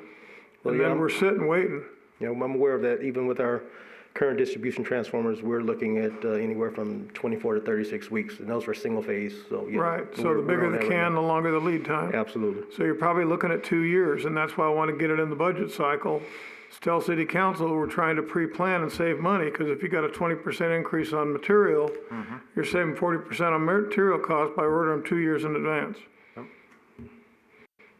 We got in trouble with that, with the tap transformer, don't forget about that. We had some, but that worked out all right, didn't it? That was a stellar company that built that one. Yeah, okay.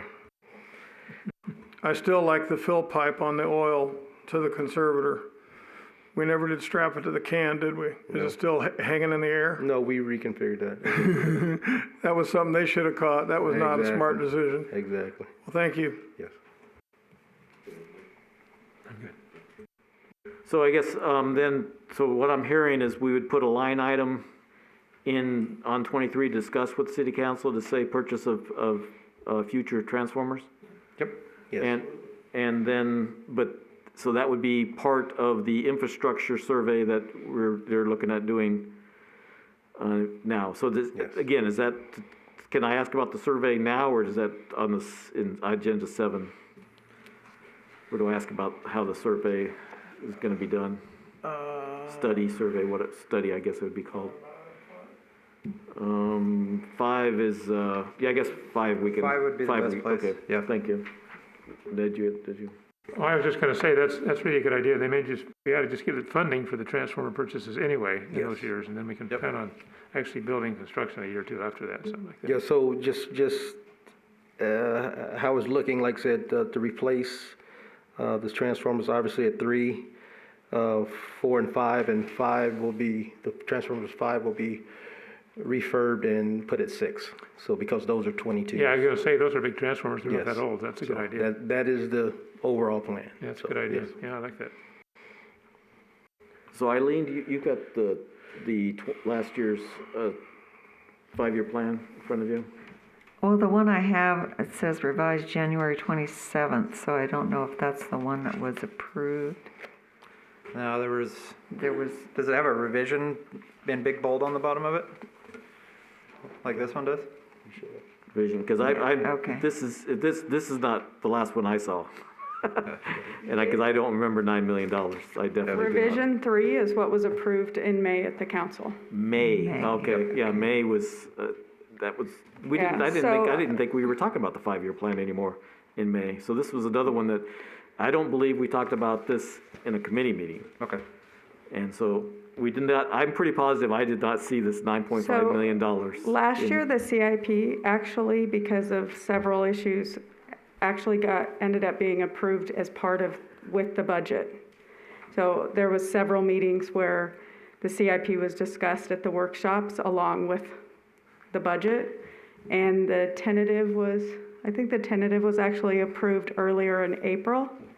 The tentative CIP was approved, and the final approval was in May.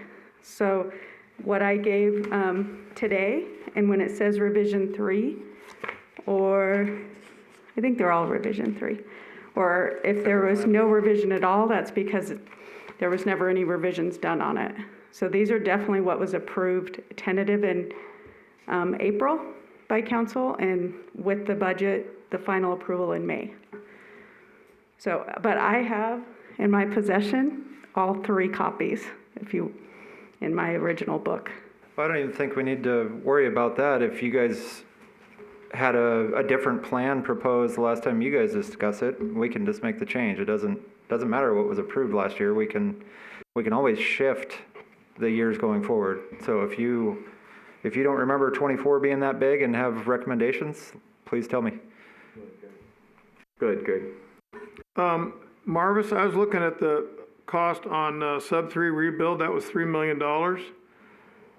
Yeah. Can we do the steel work and buy the cans in that $3 million or no? Well, this was based on projections a few years ago when the first designs were done. So I'm sure that has increased. I was gonna say, I hope it isn't done by Tor Engineering. Actually, yes. We'll discuss that later. Yeah. Yes.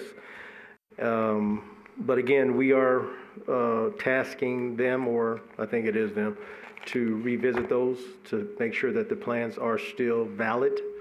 We should not have to do very many changes based on the 69 Boulder, the BC tap to Buchanan completion, and then of course that'll be incorporated into that portion. But outside of that, yeah, Tor did do those designs, and like I said, I think we have tasked them. Mr. Keegan can confirm that.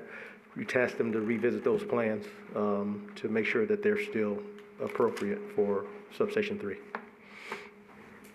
And if you see in 24, like I said, I know that's being debated right now, but that is the 2.5 million for the transformers for Substation 4. So that's just the transformers? That's just the transformers, yes. Okay, so and we would be then talking about shifting it to 23 for, if we want the money earlier. Well, yeah, but yeah, if we want to get ahead of it, yes.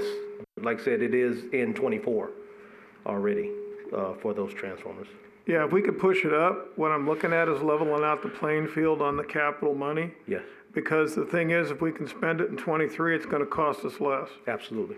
Okay, so if we Absolutely. bunk it up on 24, we don't know what the cost is gonna be. If we start looking at the bid sheets and everything else on cans and what we can get for more bang for our buck, I recommend that we take and we move it again to if those are 2.5 million in '24 for transformers for sub 4, let's see if we can push it into '23. Yeah, absolutely. We'll work on city council for us. Please do. Like I said, this is surely speculation. We're probably looking at somewhere around $1 million now per transformer for 25, maybe a little less. The tap transformer ended up being right at 1.7 when everything was said and done. So that's 100 MVA. So this is a quarter of that. So we figure somewhere around 75 to 100 now. You know, and that's of course 5 years later. So. But we also ought to take a look at the possibility of getting quantity Yes. pricing Absolutely. and quality pricing. Yes. Yeah, the biggest one I moved in my career was 2,500 MVA. And I had a crew build that. Yep. So like I said, I'm used to working on the bigger stuff, but I can work on the small stuff also. Well, maybe I ought to hire you. How about that? I got an opening. I am available. I got an opening. Okay. So I guess that would be something we would, because that would help, because I think what happened was, is so, at least I was not aware, maybe I didn't see something, but we had levelized these out a little bit, and I think things got pushed out, and the last one I saw was, I did not understand that 24 was that high. And what recommendation we made to the city council definitely did not have that. So that was the last, we did not see this to have a recommendation to city council. So these are things that I guess, I apologize if I'm getting a little agitated, but these are things that we didn't see it. We need to see this to understand things, especially if we recommended something to the city council and then it's changed and we don't know about it. Yep. So, because some of these meetings, the budgetary meetings, I try to attend some of them, but I don't attend all of them, so I must have missed that. And a lot of times utilities have about a 5-minute thing out of a 2-hour meeting, so it's a little hard to follow. Yep.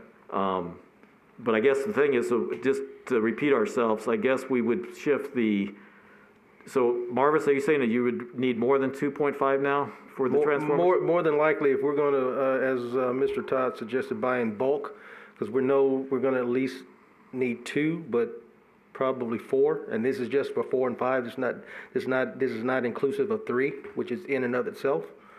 Yeah, so we're again depending on pricing, but I'm figuring 4 transformers is going to be more than 2.5 million. Okay, but so the 2.5 that's under Substation 4 is, how many transformers is that? That was 2. Yes, That's 2. that was 2. Okay. Yes. So we would want to shift that to 2023 minimally, and then depends if we want to put some additional money in depends when we need the transformers, because we want, Greg, you want a year, 2, 3 years? They don't hurt sitting around, okay? As long as you put power to the heaters and power to the pumps and the fans if you want, they can circulate oil in them. They're small enough that we can move them on a flatbed trailer. Where were you when I was getting beat up about the tap transformer sitting there for a year and a half? Where were you then? You didn't call me. I'm in the phone book. Oh, good grief. And Hey. yes, you're absolutely correct. If we can get them in bulk for transformers, that'd be the way to go. And that would cover 5 and 4, and we'd be good to go, because 3 is a project in and of itself, which is starting in 23, and so we'd have all our transformers covered that we're going to be replacing for our substations, yes. Like you said, if we can get a spare, okay, even if it's 25 MVA, we can park at any sub we need. But the thing is, we can't park a 10 anywhere we need. Right, exactly. Okay? And then that's the problem I'm having. In other words, I'm looking at an opportunity right now to where everybody's scrambling for material because of Ike and everything else, and if we don't get our order in pretty quick, we're gonna be sitting in 2030 waiting for cans to come in. Right. And the whole thing's gonna go sideways. Exactly. So projecting this out, we'd be looking at 4 transformers, for 2 for 4, 2 for 5. 5, of course, once that happens, like I said earlier, they're going to be remanded, put at 6. That still leaves us 2 at 4, which are roughly 20 MVAs, which we could also have one of those remanded for a spare. So we'd be good. As long as we can get the 4, we're good. So the recommendation I would have, maybe ask Marvis to make a couple phone calls, is to make sure we're in the right ballpark for the purchase of the transformers so they can start building them. We'll put that in 23. And then we'll make an estimate of any funds that are going to be needed in 24 or 25 when we can actually put them into place, so that the funding will be more equal, like you guys were talking about. Well, it's a matter of being equal plus getting it done, so that's, Yep. I think we're all saying the same thing, but it's for just more reasons. But this is the exact conversation we want to have on the 22nd, so we need to repeat this with the council so we can all discuss why the advantages. Yeah, we'll doing make this. those proposed changes in this spreadsheet, and when you see it on the 22nd, it'll be 23 to 27 with the changes we're talking about today, and then we'll have that discussion with council. And you want those 20 MVAs with on-load tap changers, right? 25? Okay, We're looking at 25s, yes. okay, you want fan over, Yes. forced oil fan? Okay. Yep. Yeah, 25 MVA. Yep, You want on-load tap changer, 69 KV 69 to 12, yes, to sir. 12. Yes. Got it. Thank you. So that's 2 stations that's substation 4 and Substation 4 and 5, yes. 4 and 5 are gonna be the 25s, and Yeah. 6 is you're gonna take the 20 that's in 6, Yeah. 4 and 5 now and take it down to 6. Right, and 3 will also be 25s. We're buying those. So everything will Okay. be 25s with the exception of 6, which will move the 20s down there that we have, so. So will all these transformers be basically identical? I mean, the ones that are Yes. 25s, so they'll be Yes. interchangeable if we had to? Yes. Yeah, okay, yes. great, that's good. Well, but, so the 3 million is in 24 is in substation 3 is. Strictly for 3, because 3 is going to be a total rebuild. We're deconstructing 3 as it is right now, and it's gonna be a complete from ground to sky. But what's the transformer situation with substation 3? We'll be buying, we need to buy 2 transformers, yes. But, so we're not, there's no money until 24 for that, and you need that before that, right? Yes, sir. We Okay. need to start working on that, yes. So you're Because, looking like I at- said, and how many- well, let me backtrack on that. Initially, this 3 million was including the transformers. But again, this was 5 years ago. This was 5 years ago when this, or maybe a little longer than that now, when this design was first put forth. So, of course, COVID hadn't happened, materials hadn't skyrocketed, so this was a complete project, the 3 million to rebuild Substation 3 with new transformers. That's not the 3 million obviously is not feasible now, 5-6 years down the road. So we do need to revisit this, but like I said, first and foremost, Tor, like I said earlier, is going to be revisiting the plans, make sure everything is still intact there, and then we will proceed from there. So the question again is, the substation 3, I know it's gonna be complete rebuild, is it gonna follow the same pattern as substation 4 and 5? Yes. And 6? Yeah, well, no. 3 will be a total state-of-the-art, so to speak, on the basis of, say, NV Energy open air. Okay, Same basic principle, but we'll have obviously have the switching bus, LB and a T, okay. which we don't have at the other substations. Right, So right. it'll be a completely new state-of-the-art, and we'll try to match 4, 5, and 6 to those as best as ability without having to totally reconstruct those. Okay, So yes. interesting, okay, I didn't know that, thank you. Well, for the discussion on the 22nd, do we want to even think about putting money in this, trying to revise fiscal year 22's budget to, I'm sorry, make sure I understand, is it 2 transformers and 3 also, or just 1 transformer? 2. It's 2, so you're looking at another So 2 in million. total, 6. So in total, with 3, 4, and 5, we're talking 6 transformers. So what you need to find out is do we have any advantage, is it advantage or disadvantage to order all at once, or? Yes. So if you have 6 gives us an advantage, then do we do that in 23 and just bite the bullet and have to have the money available? Correct. Or if it is an advantage, then we look at possibly doing some this year, so we're ready in 24 for 20, the substation Right. rebuild. Based on my conversations with Mr. Keegan that'll be forthcoming, that decision will be made. I will start reaching out to our vendors anyway and get some preliminary pricing on what we think it'll be, but based on his and I conversation and decisions, we'll go from there. But as a whole, we need 6, 2 at 3, 2 at 4, 2 at 5. But again, they were spaced out because, like I said, the main ingredient is Substation 3. That's the main key. Everything, but based on that, 4 and 5 will need to be upgraded as well because they are taking on additional loads from Substation 2, which it will be decommissioned. Greg, did you have a comment? Yeah, what I'm thinking in my mind is, because I used to work budgets with a larger facility and company, is we look at 2022 budget and we add a revision in there for preliminary money for transformer purchase. We could also take and put money in 2023 budget for the purchase of the transformers, with 2024 being the final money going to the transformer manufacturer. So that gives you earnest money up front for 6 cans, gives you money in 2023 for 2 or 3 of them, and the balance being owed to them in 2024. Yes. And the delivery could be spread out during that period. There'll all be 25 MVAs, 69 kV to 12 kV, oil pumped, fan over, on-load tap changer, and that's our wish list, and copper windings, please. Yeah, absolutely. Okay, and that'll give us, and then we also got to take and put our temperature range in, and we've got to add some more on the high end, okay, because it's getting hotter. So if we build them for a little bit more, we'll get a better bang for our buck. And then the other thing we can do, which is something that nobody ever talks about, and I was really irritated when I saw the old one at BC Tap get cut up. Those transformers that we have now, the 10s and whatever else we got as spares, can be sold as spares to other companies and other cities that are looking for transformers to supplement their system. Don't scrap them. Okay, well, to combat what you just said, nobody wanted the tap transformer. We offered it. Nobody, they wouldn't even take it for free. You know what? I'd have parked it off to the side, because once that new one gets hit with a couple rounds of 30-06, we're going to be looking for a spare can. Okay. You know, we've had that trouble in our facilities also. It's not unknown.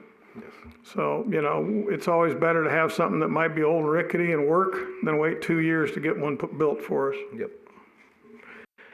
So to your comment about looking for funding in '22, I just skimmed over our existing projects, and as we were discussing earlier, Marvis and I are going to discuss the priorities of projects, what projects we're actually going to be able to get to, because as it sits today, we have one guy downstairs that he's an excellent designer, but he's one guy.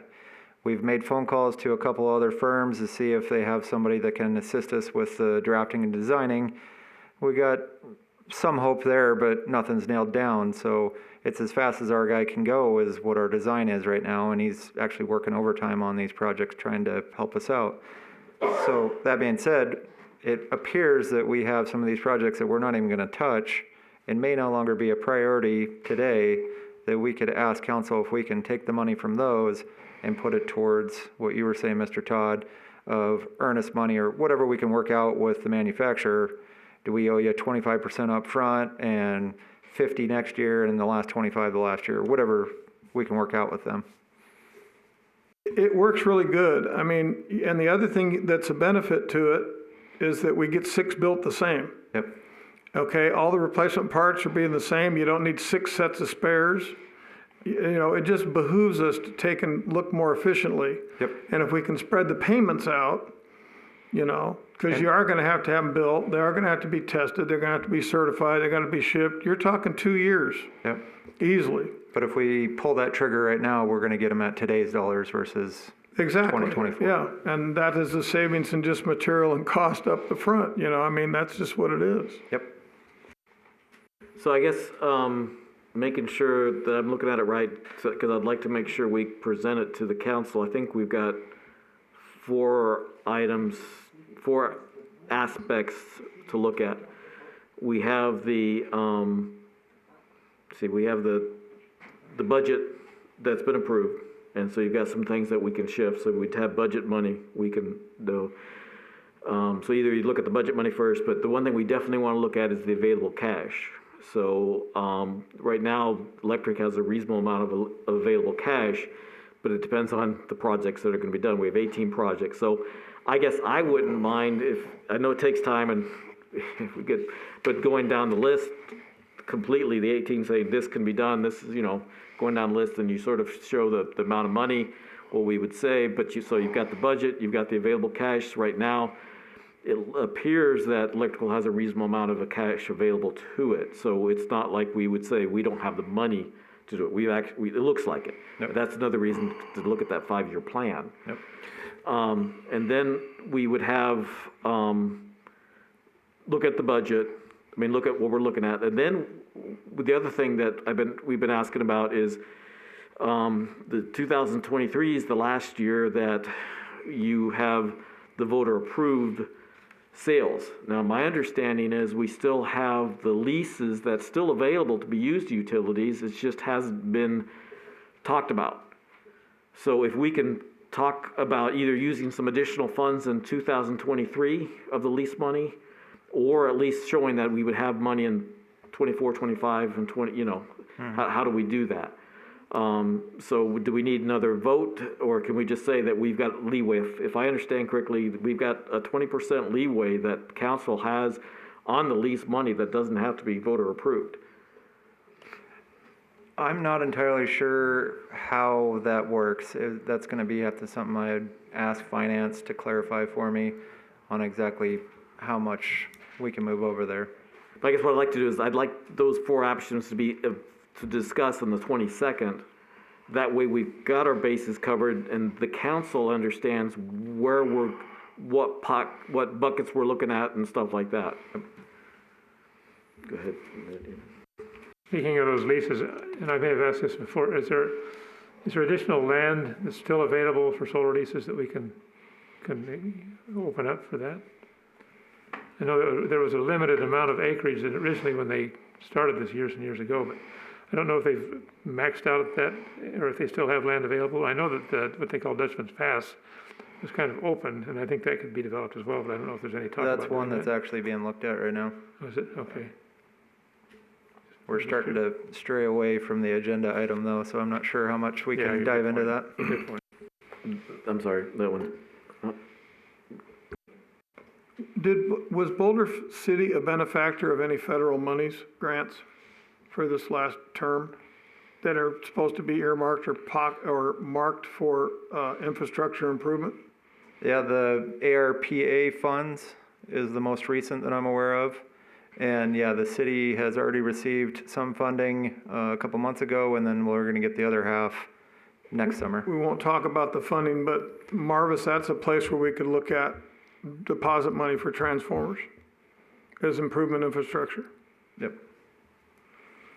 But so the leases maybe, but I guess, but the 4 options I talked about is all part of CIP. You got to know the cash. Yep. And the budget to understand what's going there. So we need to be able to talk about the finances and the CIP. So when we're talking so whatever the agenda has it stated. If you don't feel it's right on this one, we need to make sure the agenda for that one is clarified, that we're talking the finances as well as the capital. So the different pots that we could pull from. Correct. Okay. Because I think this is very important discussion. So this is what what everybody's looking for, and even if we did a recommendation, that's what we would be reporting on, is that this, this, and this. So be able to talk to them with this is what we want. So in 24, then we have 250 for, that's the same thing, transformer and foundation replacement. So that's the 252.5 million. Now the the cutover, I think that had gotten moved to 25 or 26. So did it get moved back for safety purposes? No, what got moved was basically the decommission, because like I said, once we de-energize those, they can sit. So and myself, Mr. Todd and Mr. Porter came up with that when we had our meeting earlier this year. So, but as far as the funding and those things, none of that changed. It was just basically the decommissioning of the time frame of those. It did change. I'm pretty positive. So Eileen, do you have it? I think this was the 1.5 under the 412K was not in 24 before.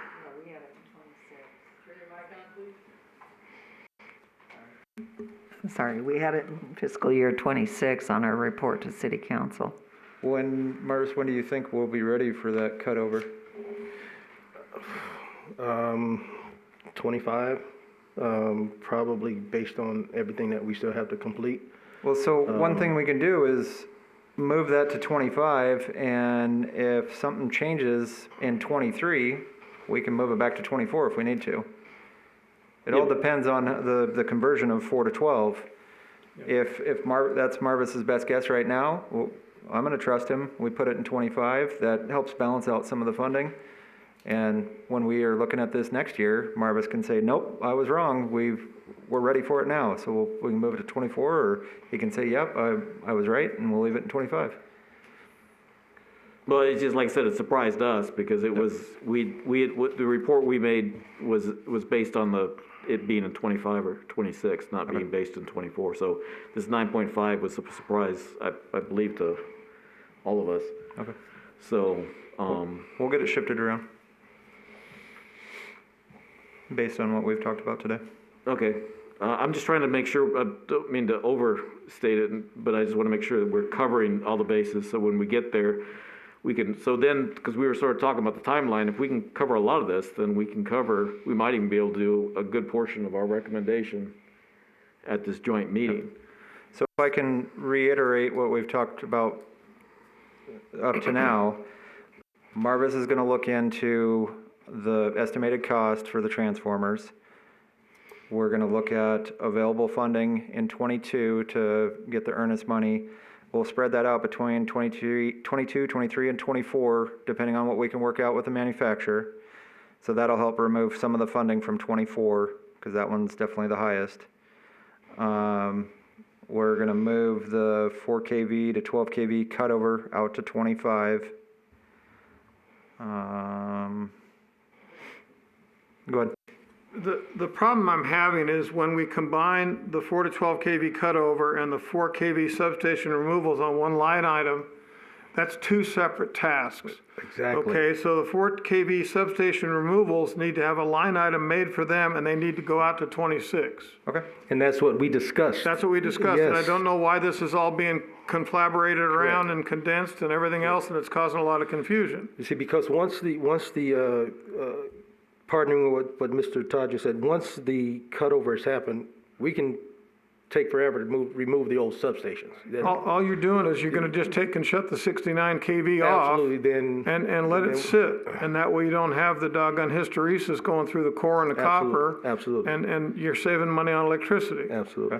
So yeah, then electric project 20-119 will be split. We'll create another project for the actual 4 kV substation removals. Correct. Correct. And we'll put that funding out a few years when there's very little funding on the CIP. Yep.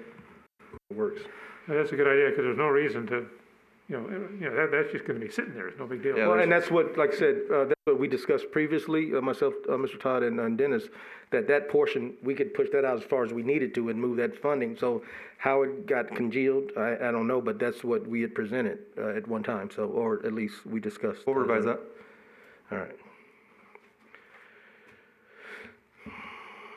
So was that a decent summation of what you're asking us to do? Had you finished with your summation? I thought you were still, I hope so. okay. That's all the notes I had. Oh, yeah, the one thing is, are you going to look at so right now in this project, you have SIP 2 and SIP 3 and RDA. And those are, so are you gonna we're gonna be able to talk about that at the 22nd meeting? Mm-hmm. So we can see what additional pots are available. Okay, so I guess that covers, is that Ned and Greg cover the electrical? I'm good. So, anybody else, I don't mean to. Okay, so I go to water. So Thank you again, Marvis. So Thank for you. water in 23, we have rebuild PRV stations, 100 grand. We have copper service replacements. That's going to be an ongoing project for many, many years. I'm sure you guys have talked about that. Then we have the ARV and backflow replacement, 10 grand, which that's something I need to look into. In order to be a CIP project, it needs to be 25K. So I'm guessing they missed the 0, but we'll find out. And then the 8-inch butterfly valve replacement has got another 200 grand in there. And that, I know that we have a number of those that we need to replace too. So that's ongoing for the next several years. Yeah, most of them we can't exercise, or I shouldn't say we, I'm not the actual one doing it. Mike's guys. And then something I'm going to ask to propose, we're looking at reconstructing Bermuda Dunes, the asphalt on Bermuda Dunes in fiscal year 23. So I would like to add some additional funding to replace the copper service. I don't want to take it out of the 600 that's in there because I want to keep moving forward with that yearly program. I'd like to ask for something separate for the water services on Bermuda Dunes, and the subdivision that's just west of there. Both those streets are on there to get resurfaced. And then also the valves in that area. So we're working on an estimate right now, so we'll be able to propose that for 23, because I'd like a contractor to come in, be able to replace all those. He won't have to pave back any of the services. He can just put cold mix in there. And then as soon as they're out of the way, I'll have my paving contractor come in and tear the street up. So we're trying to coordinate all that. So I would like to add that for 23. And then another thing that was just brought to my attention is we've got a sewer main on Foothill that's in very, very poor shape. We're looking at if there's any way we can get that fixed right now. But if there's not, we're talking to some slip line companies and different people just trying to get different ideas. If we can't get it fixed with the available funding we have right now, then I would ask to put that in. Oh, sorry, we're talking about water right now. That's the next sheet. Forget I said that. Not a problem, not at all.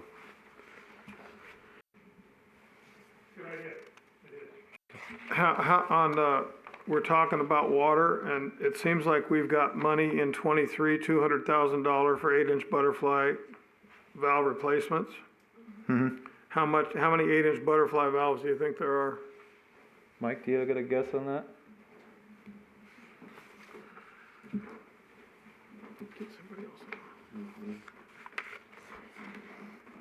We probably have about 50 to 70 butterfly valves. In that one area he's talking about? Oh, no.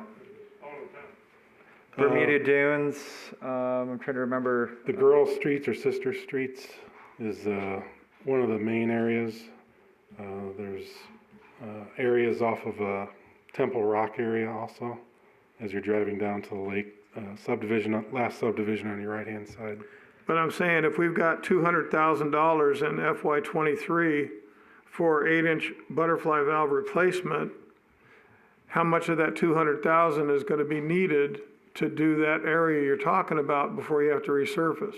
The tear it up Bermuda, and repave it. the Bermuda Dunes, I'm going to ask for separately. It'll be its own line item for services and valves, because I'd like to be able to have the guys continue with their annual water service projects and the butterfly valves. But that is ongoing projects throughout the city, so why can't we concentrate our forces over there and get those done and out of our way? We could do that for the valves, but for the water services, I would prefer to have their annual program and then just tackle this one separately. All right, and then they're gonna give us an estimate on it to how much it costs, and then Yep, we'll have to working ask on it for as we speak. appropriations. Okay, Yep. thank you. And again, these are the conversation we can also have on the 22nd, right? So Correct. So the council understands the importance of. Well, we need to have a number. Yep, Okay, I'll definitely have We're it. gonna present them with the importance of it and the common sense factor involved, but we need to know how many valves, just like when we redid the water lines down on Sonder Drive on the intersection. Yep. They had a map that showed how many 8-inch valves are there, how many hydrants are there, and what had to be done, and that's what we need, and that's a push for the 22nd. Well, I know that there's 61 water services. My staff had already pulled that up. He was looking into the valves. So I know they're working on it as we speak. So Yeah, so if we'll we be able can to have a give- rough number for it. Yeah, we can give city council a map that shows what's involved, and they have a better idea what the cost is gonna be. Yep. And it's better to tackle them all at once, like we did over there in the mobile home development off of Buchanan and Adams, I think it was. They took a whole cul-de-sac and rebuilt the whole thing in one shot. Yep. And it's less cost. Oh, yeah. Yeah, actually, that's a great point. So can we do, like Dennis had done in the past, or then we don't have them on the walls anymore, to something, I guess, face the group that we can show the water and the electrical and sort of where everything's at? Yeah, I should be able to display, we have our GIS program that I can pull up. Okay, this is where we have all our water services, sewer lines. It can show pretty much everything. Yeah, the water can be shown. The electrical, I believe, is a safety issue. Yeah, we don't want to show that. Security issue. Yep. So maybe if we do an easel that we can face in there, that we can, I guess it's gonna be a challenge to get Yeah. everybody Well, in here and we can see it, but. With the open meeting, that may become tricky. I don't know if we can show something but then hide it from the public. Well, it's a matter of security. I understand, yeah. We did it, but maybe Yeah. that'd be good to know, but we need to have some idea. Yeah. So I guess we need to figure out what we can do. Yep, I'll figure that out. Okay. So you got, so then again, we're gonna be doing the same thing with the waters. You're gonna figure out what the priorities are and what can and can't be done or stuff. So if something's gonna be stalled to go out later and stuff like that. Yeah. Yeah, we don't have as many projects listed under water and sewer, so it's a little easier to make sure we got our priorities right. So the thing is so when we get to the sewer, we'll talk about it too, but just so we're all on the same page, are you familiar with the different available funds that are currently, cash that is available for all the different utilities? I don't have it off the top of my head, but yeah, we can have all the available funding that's there. No, that's it, because a couple of us are tracking it, and the funds right now are in pretty good shape. And so some of the fudge, we might not necessarily have to readjust to get the money, but if finance can help to say, yes, that available cash is not a problem, because water, I believe, has, I think, as much as, I don't know, at the top, I guess I apologize, but I think it could be as much as $12 million that water has. That's available cash. Okay. And so it's a matter of saying, okay, we have this aspect now, you've got this budgeted, but we have this available cash. Yep. So we've got. Yeah, I'll find out what's restricted and what's available. Okay. So that's so we would just, I guess the best thing to do is, since that one's not that big of a list, is just sort of go down the line again on the 22, saying what might be stalled, what can be done, et cetera, and then going into 23, and then 24 is a little, okay, so same type thing. We've had a lot of offsets, and then so as of 24, we have no offsets, so it looks worse than we're used to. And so you've got PRV, so the PRV at the airport, that's, I'm assuming, a must. Yes. We've got that done. So we're continuing on with copper, and then we've got so that's probably what it is they put it 10 million, because that must be a starting or a design or something. So maybe it is only 10,000, because it's just a starting amount, evidently. Yeah, it's split up. And then you have the butterflies. Yep. So I guess it's really not that bad. But is there anything else that's come up for 24? Not that I'm aware of. Mike's currently working on anything that he wants to propose for next year, so I'll gather that information. So quickly, but it would be helpful, I guess, for the 22nd. So on agenda 7 is that if we could review we had the two studies that were done on the water and the sewer, and do we know were those complete, or because one of these things you were just talking about sewer, an ongoing sewer. It depended on, I think it was on here, that what happens with the sewer study. So are we still? So is the water completed, or is it still doing studies on sewer and water? We're still doing the studies on both of them, right? Yep. So with that, then, so we don't really know what is needed in 23, 24. No, it's just mainly the ones that are listed right now, but we still want to think over it more just to make sure we're not missing anything that's outside of these studies. These studies are definitely going to create a list of what needs to be done, but if there's anything outside of that we know that needs to be done, we'd like to get it added. Okay, because so like I said, maybe in the 7th, so that'd be next meeting before, it'd be after this 22nd, but it'd be good for us to review so I'll talk about that in agenda item 7. And then 25 and 26 26 aren't too bad. Does anybody else have any comments? So I guess same, if we can just do sort of the same type thing, so we've got the budget and we've got how much cash is available. So the same thing we're doing in electoral, just sort of lay that out. And then you guys are gonna do a plan, so we've got a plan and here's some of the aspects to go with it. Okay. On the water, you got almost $14 million. Okay. Thank you. So yeah, the available cash, so that's not taking into account the reserves. The available cash is 14. Okay. So that's a positive aspect we can say that. So, and then going into our next issue, the wastewater has 5.1 of available cash. Okay. So I don't think you don't necessarily have to say we can't do something to get it done. It looks like you have enough. Hopefully it won't take $5 million. Now, So it's nice to know that we have that. Thanks a lot, Mark. So that's just the thing that, again, we're just trying to help too, to say, let's move forward with it. We agree, things got something going on. We have the resources in most cases. so for 23 on the sewer side, rehabilitate sewer, sanitary sewer manholes. We've got the lift station 1 improvements and the contact chamber, like I said before, we've got to have the modeling done before, or no, that one was just needed design done. Same thing with the aeration basins. And then we have some money in there to start off the lift station 3 improvements and then rehabilitate the 18-inch. But that's just the starter to get started. I'm guessing that's just the design in there. So was the last one that I had showed 1.09 million in 2026. 750,000 for the Georgia Buchanan relocation and 340,000 for the effluent splitter box improvements. And they're not showing on here. Was that adjusted by council or did this just not get? I see the 75 grand for the Georgia and Buchanan. That's. I think that was yeah. just design or something, Yeah. and then. And that wouldn't even cover that much design.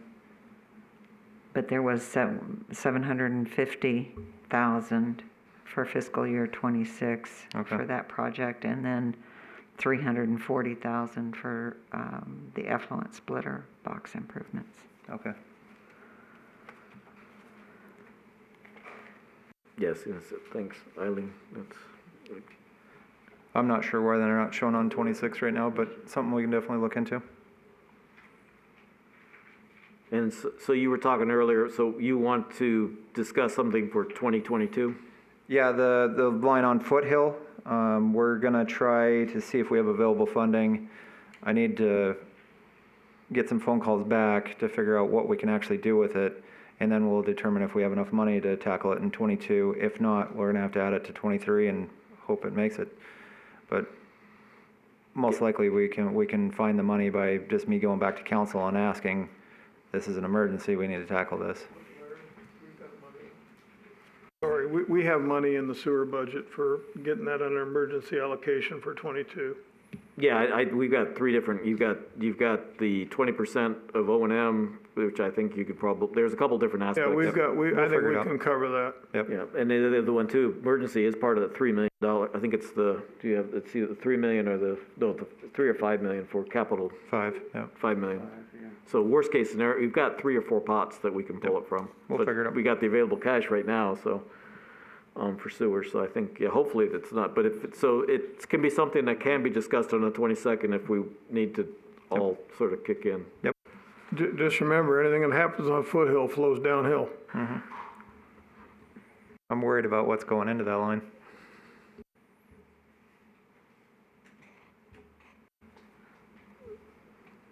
Okay, so 24 is pretty, let's see, 24, is that just that looks like it's a continuation of some of the other ones. Yep. And Yeah, the well, 23 looked 700 like it was the design for a lot of those, and then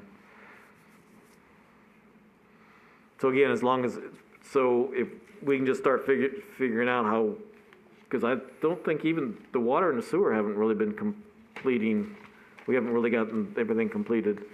So we still sort of have to sort of show a plan of attack to go from prior years out. Am I missing something? Let's see, we've got, let's see, 21. I think we still have, got quite a few projects that need to be completed for water and sewer.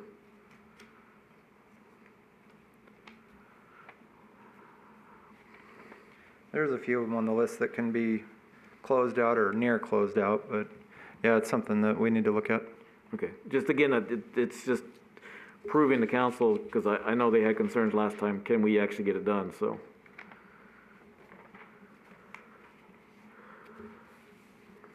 Okay, any other thoughts on sewer? Okay. Anything on landfill? So we're saying that we're good for landfill for 5 years? Yeah, that needs to be looked at too. There was no additional funding that needed to be added to it at the time when we proposed it to council.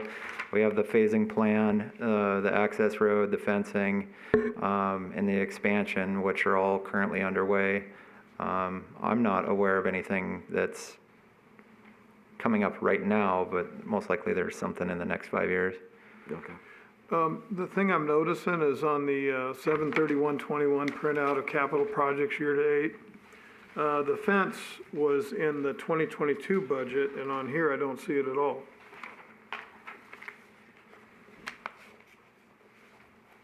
Fencing design, it says here for 2022 was, sorry, my eyes, 460,000, or is that?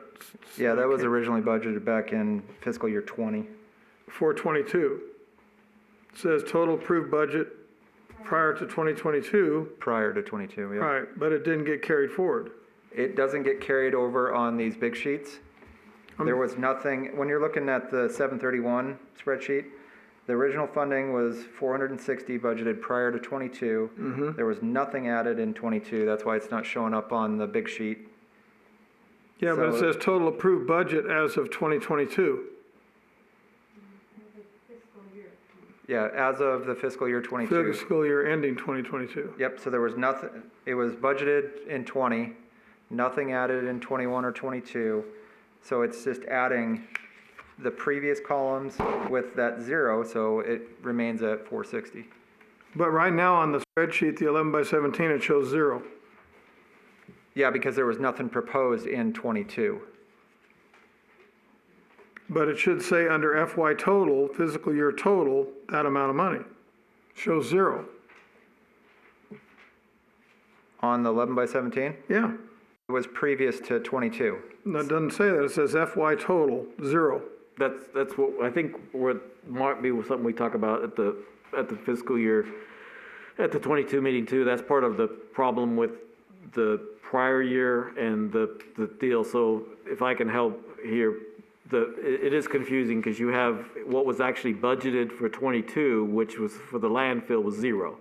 So that's what was budgeted, but we had prior year to go into that. So you still have to have money for 22, and I think that's what you're looking at, Greg, is saying where is the money that would be in 22, but the way the financial system, the way you guys have, the way it's laid out, so Yeah. don't Well, that's fine. I'm not going to argue the semantics of the years and the dates, but it says available budget for the landfill fence, if I can read this correctly, is $431,117, and that's the road design. Yep. The fence is, fencing design still has $431,037 in it, but yet on the 22, big spreadsheet on 22, it shows 0 money. So how can you carry, If we show any money on the 11/17 in 22, that means we were asking for money in 22. We didn't ask for any money in 22. Okay, well, that's the interpretation, but the grand total line down at the bottom has nothing. So where did this money go? You didn't spend it. It says available as of close of 22, the cycle.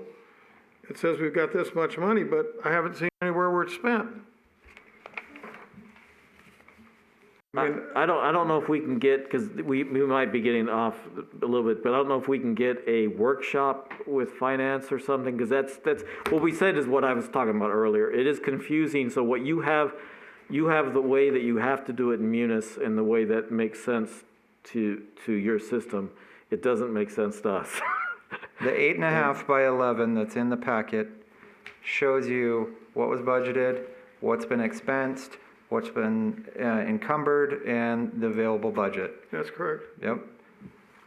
That's where you need to track that there's progress being made because money's being spent. That's correct. But Yep. on this 11 by 17, which has FY '22 cycle in it, 23, 24, 25, 26, and we'll have 27, there has to be some money that's carried forward from 21 to the Carried budget forward. cycle. Yep, carry forward is correct.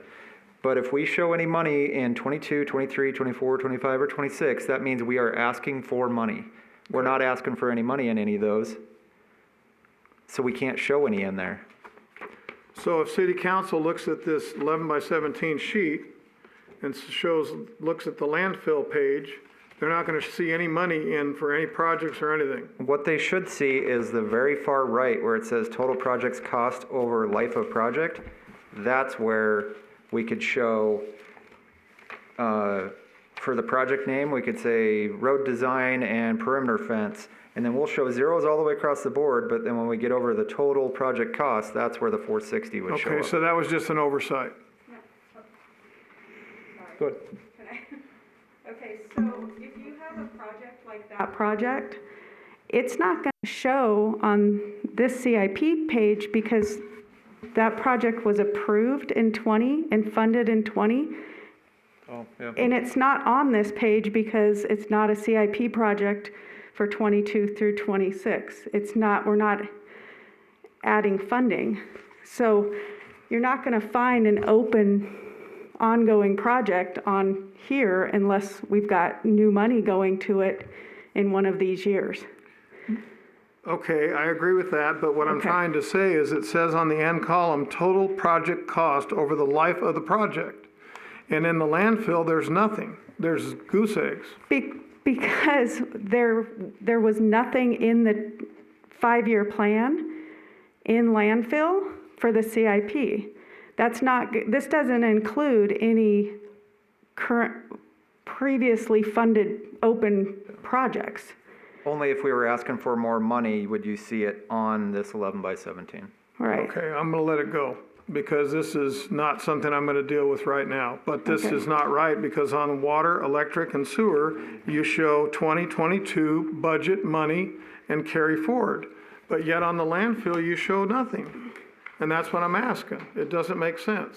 That's because in these projects, in water and electric, the only way a project is on here is if there's new CIP money requested for that same project in this 5-year span. In the landfill, there was no additional money requested in that 5-year plan. So what you're saying is in landfill, the end column which says total project cost over the life of the project is not true.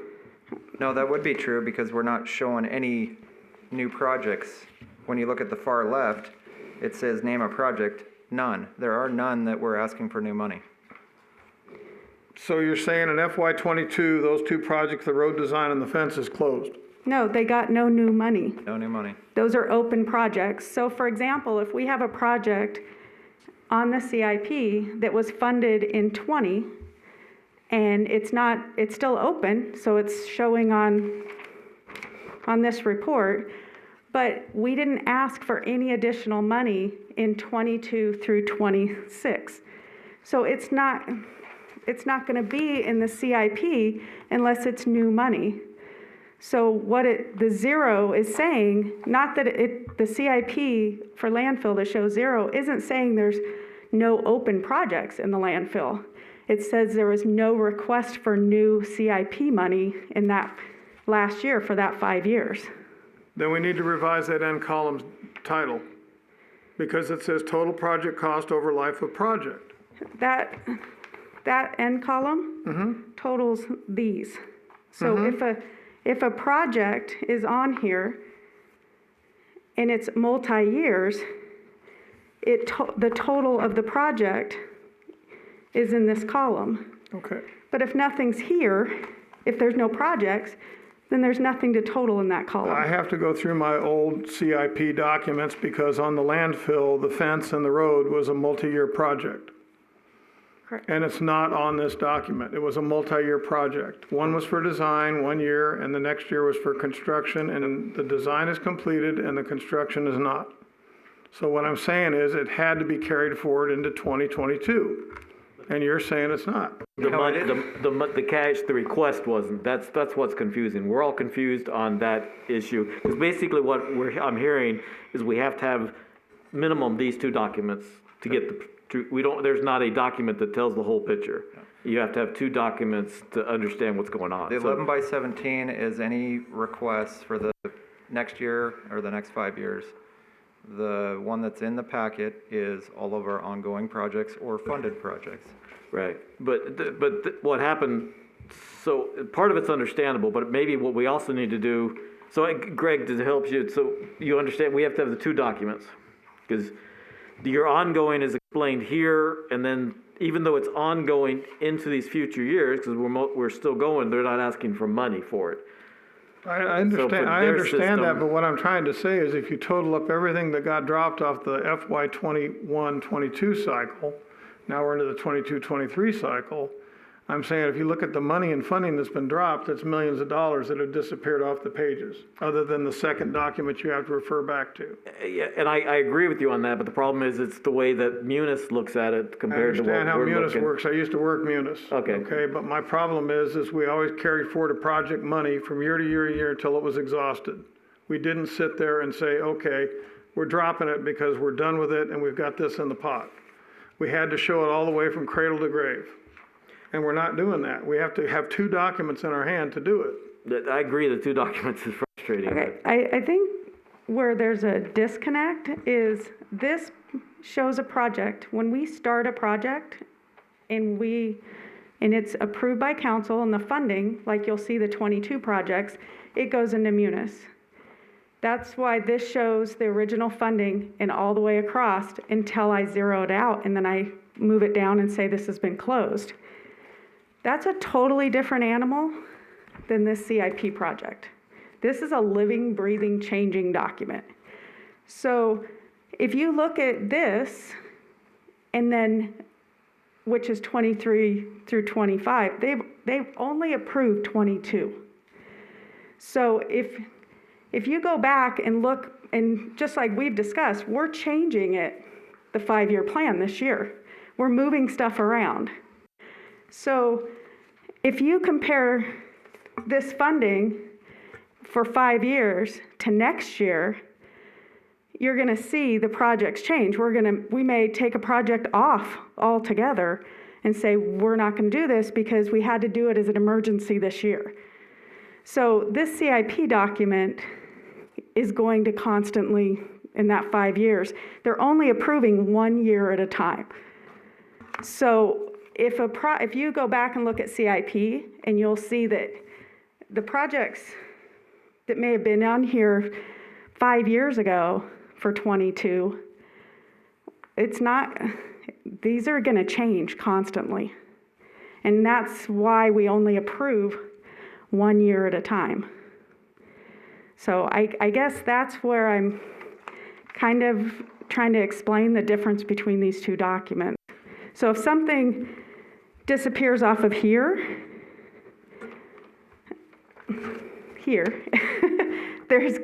this is coming from you. This means this project's been funded, put in, approved by council, whether it's started or not, these funds are available. Okay, where does those go once they're funded? Do they stay on that document? They'll stay on that document from cradle to grave. And then what I do is, like we've discussed, I move down here when a project closes, and it'll show everything that closed through the year. Yeah. And I highlight it and I move it. That was fantastic. So that if it's not up here anymore, you know that at one point it said closed down here. And Okay. then I only changed this, so at the end of '21, I went in and you could see the whole list.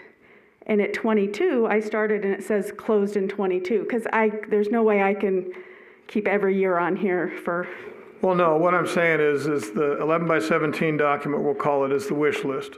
Okay, yeah, that's this the is wish always list. gonna change. Yes. Right. And I noticed it's even changed after we've had the meetings and discussions with the city last year, it's changed from there.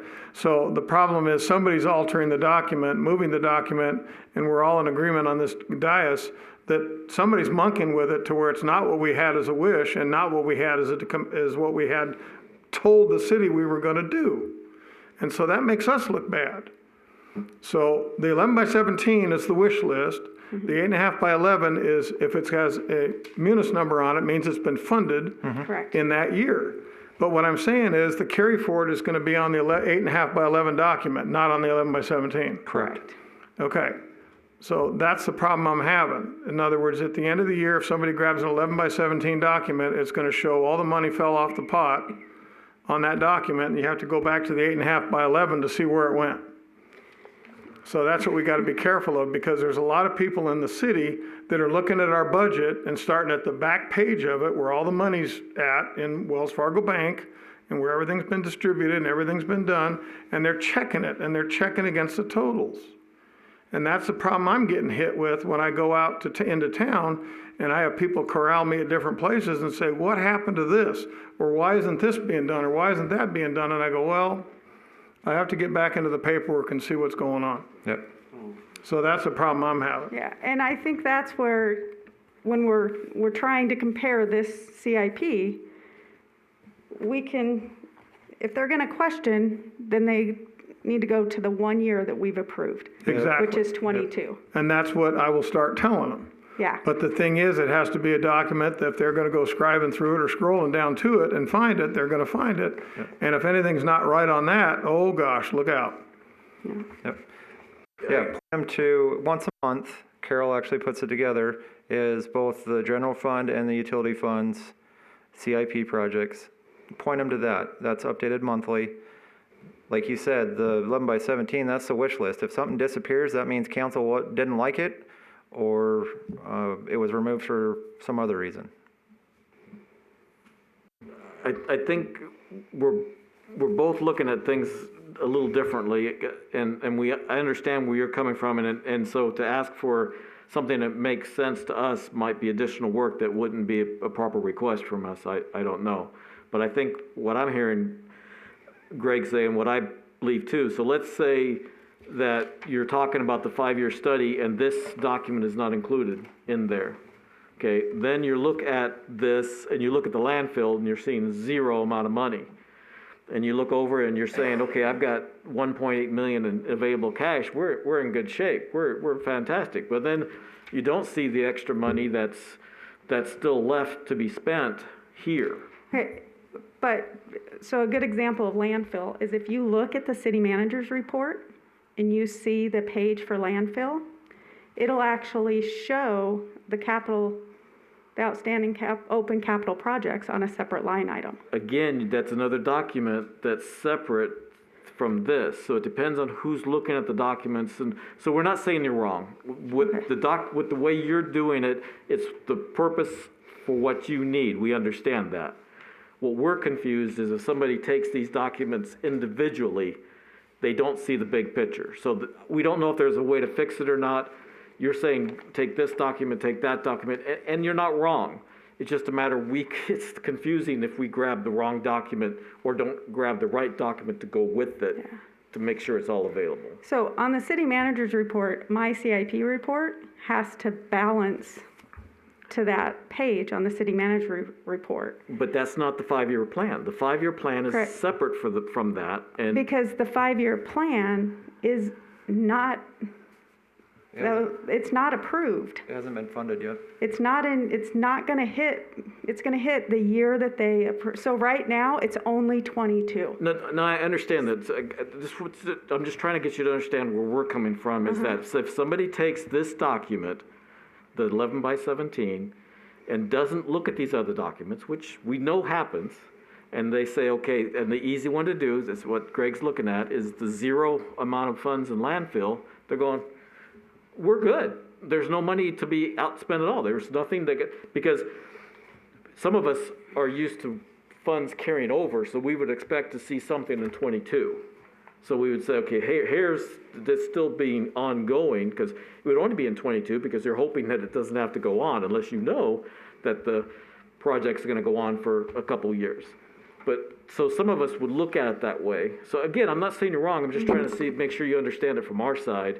Is a lot of us have done it in different reports. That's how it works. Yep. That money is seen in one document, so you flow through and understand where you're going to get to. So when I look at the final number of available cash, I can sort of understand where I'm at.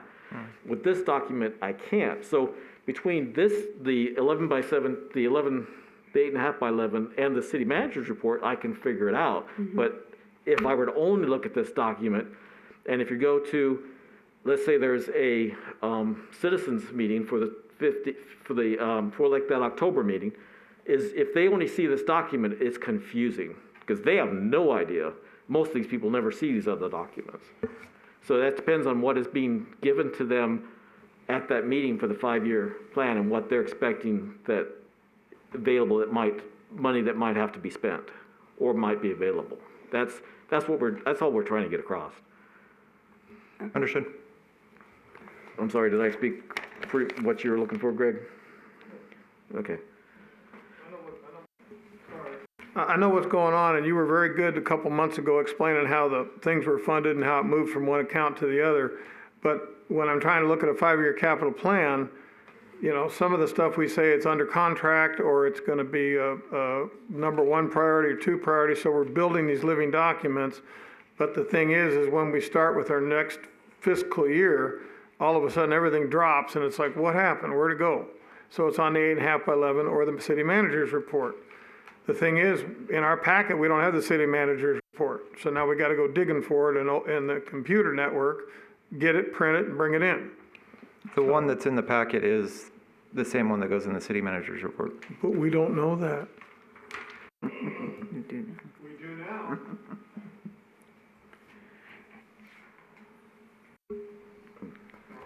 I have one comment. This all started talking about landfill. Yep. If I remember, first of all, these say it's 100% complete, and there's a lot of money left over.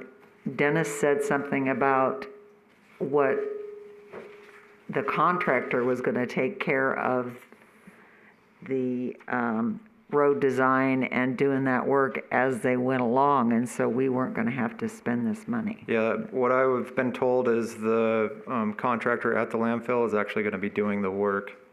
So to me, it appears like we're going to have some leftover funding from it. Right, so this could actually be closed out? Possibly, yeah. Okay. So is that part of their contract, or are they going to have additional money to do that? I wasn't a part of the meeting. To me, it sounded like they were just going to take it upon themselves, since they have the equipment there, that they would be able to construct the roadway. Okay. Yeah, because I guess that's the biggest thing, is we just want to make sure if it's part of their contract, it makes sense. If it's not, then we'd need to keep it open. Yep. My understanding was that we weren't going to have to pay for it. They were going to do it. Yep. Okay.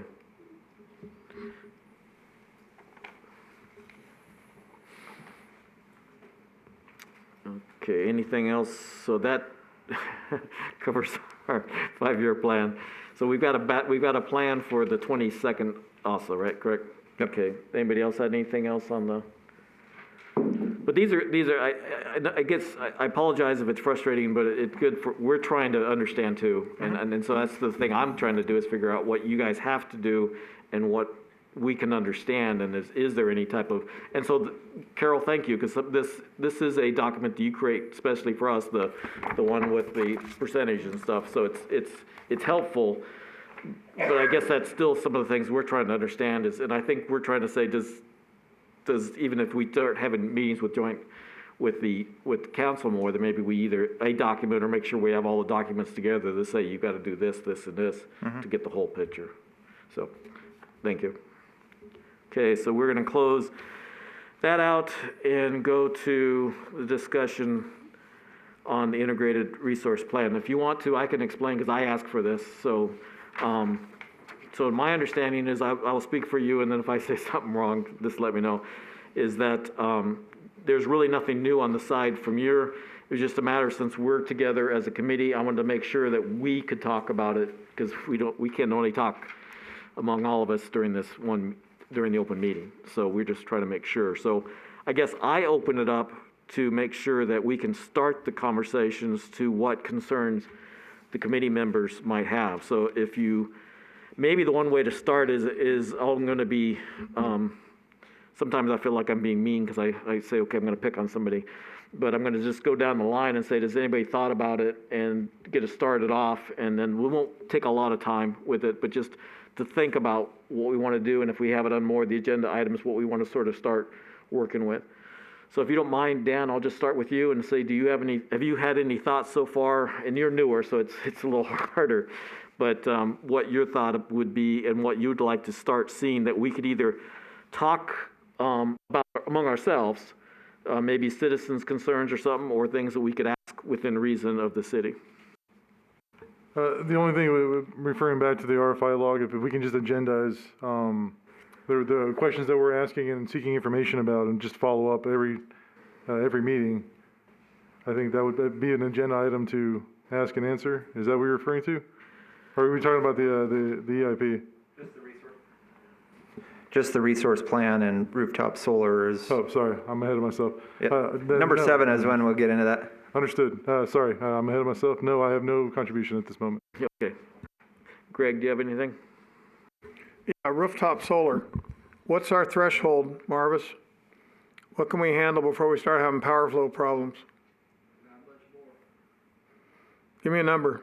I can't give you a number. That's why we have permission in this study to see where we are. Okay, I think that's a high priority, because we've got people pushing for solar in Boulder City, and I think we're getting to a point where we're not going to be able to handle it. I agree. Mr. Scott Krantz at SNWA, the energy director, that's what he's tackling in the next month. Well, is a month's worth of solar going to affect it? In other words, do we put a freeze on building solar on rooftops? No, a month won't make any difference to where we are right now. We're over a meg right now, but we're good. All right. And what did we hit this last hot time for power consumption? We were like 48 meg last month or 2 months ago. June was our highest. We were just short of 65 meg, everybody. We got a 100 meg transformer sitting down at the Boulder City tap. That's a pretty high number. You're saying we hit a peak load of 65 megs this year? 65? Where did it come from? Oh, it was only like 50 before that, wasn't it? 52 something? It's those new houses they built. Yeah, but, no. Seriously, huh? We're seeing that kind of a peak? I can't even, I can't. That was figure out where June, come Marvis? from. Thank you. Really? Interesting. That's, because it was, last year it was only like 50 something, wasn't it? We had everybody staying home. But everybody's staying home because of COVID. They're running their air That's really conditioners. interesting, yeah. That's good. That's a good point. We had a hot June. So, yep.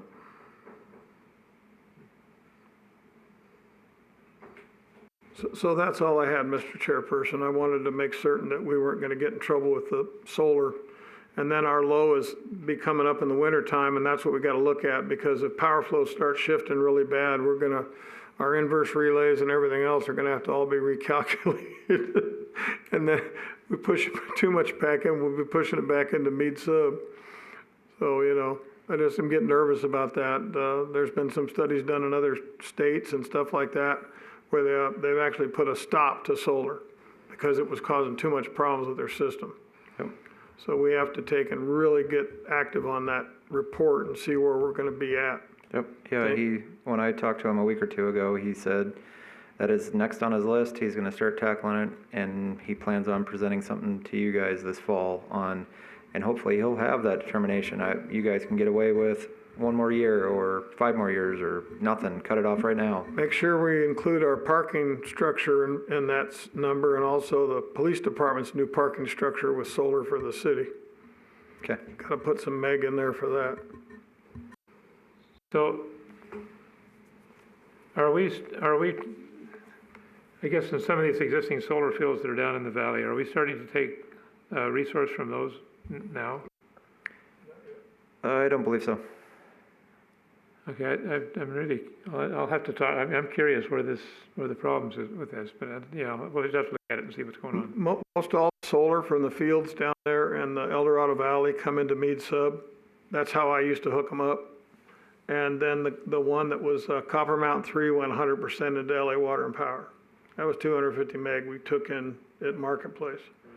So I heard that we were gonna pick up about 8 megs of solar when they There's came talks that we're trying to pick up 5, but the other 3 was through the one that was going to go up Dutchman's Pass, and that was directly through SNWA. Yeah, right.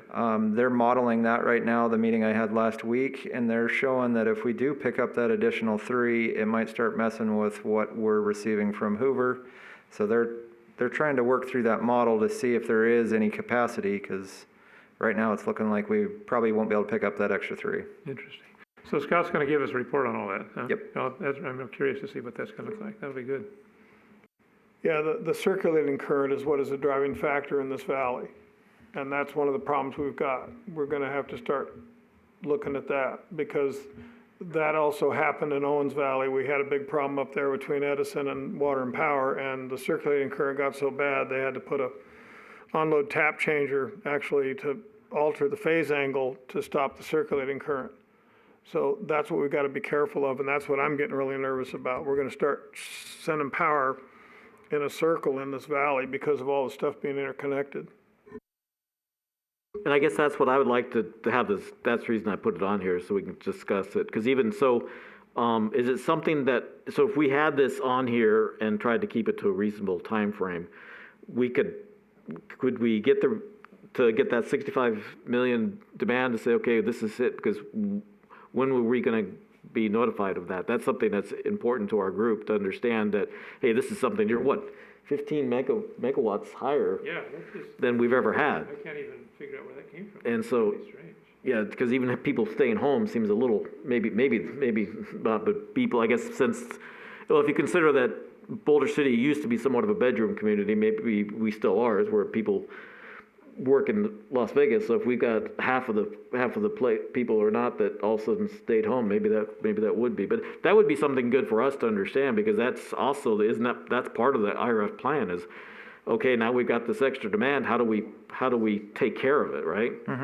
And so we're just trying to help, but we need to get our heads around that also. So Greg and Ned are exactly right. That's what we're trying to understand. And so with this infrastructure going to be, and if we start ordering transformers next year, are we going to order the right size transformer? Do we need bigger transformers or something else? And so we're doing the design on the substations now. Are that going to be the proper design? So we've got between Greg keeps bringing it up, and he's exactly right. We've got different mandates, and now we've got a certain amount of growth in Boulder City, or things happening we never expected to be. I don't think any of us expected 15 megawatts. And Marvis, that was something very unexpected to you, wasn't it? Was that something that you sort of expected, or I don't mean to put you on the spot? I had to go back. We hit 52.6. So that's our number, 52.6. I had to go back and check my notes. That makes sense, because when I was here, we hit 55. Yes. And then it's been going down ever since then. So, Yeah, so okay, that I had to makes go more back. sense. I transposed my numbers, I'm sorry, 52.6, so it's what we I hit. feel better. Oh yeah, we're all believe that's we.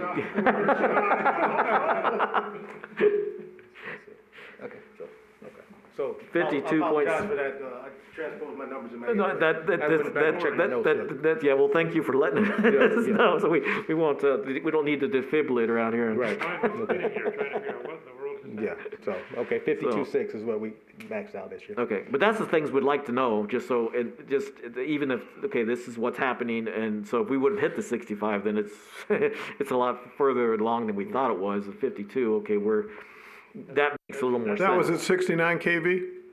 Yes, that's our reading from CRC, yes. Let's have their meter recalibrated. No, it's right, it's right, yes, so, yeah. Okay, So- sorry about the misconfusion. No, that's, well, yeah, it's only a slight heart attack, but we're okay.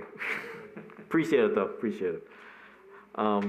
So yes, that's, those are the things I guess we're trying to understand as we go along and figure out, Eileen had presented or had, I think it had something about or found out about, New Mexico having, where they just said, cut it off, just like Greg had said in certain areas. So we're just trying to understand the facts so we can better, if the citizens ask populace, whatever, how the best way to say it, or the city council on top of it, says things.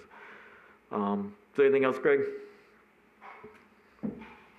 No, I'm just thinking about the hollering of the electrical contractor in town here that's been pushing for solar for so long, and when they hears a cap's gonna be put on, he's really gonna be screaming.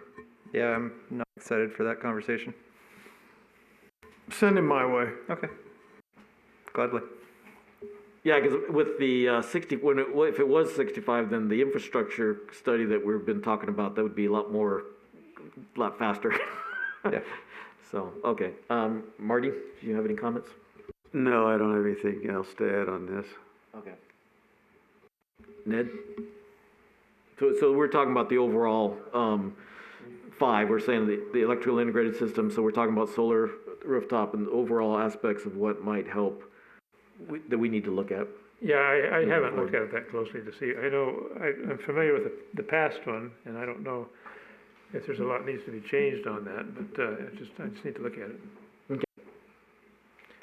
Eileen?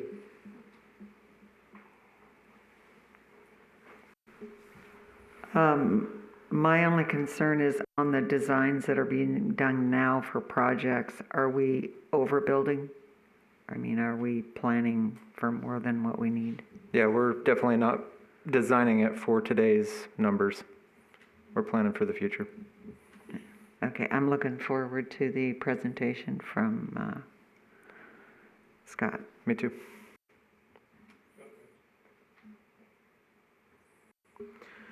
So, but is this the area we ask about that infrastructure study? Or does that go on, I think that would go on here, what that looks like? I think it would be part of this plan. So, there was discussion, so is there 2 studies being, or can you tell me how many studies are planned for the electrical system this year? Well, I know we have the SCADA, which we're trying to piggyback with fiber. Marvis? Oh, he left. I'm on my own. Trying to remember the other one. We had, this past spring, we did a RFP for consultants, and it was industry-wide, whether it's a street designer, electric. So we have a list of consultants to choose from. And I believe we're working on a scope and fee for them to do that study. But the details are slipping my mind right now.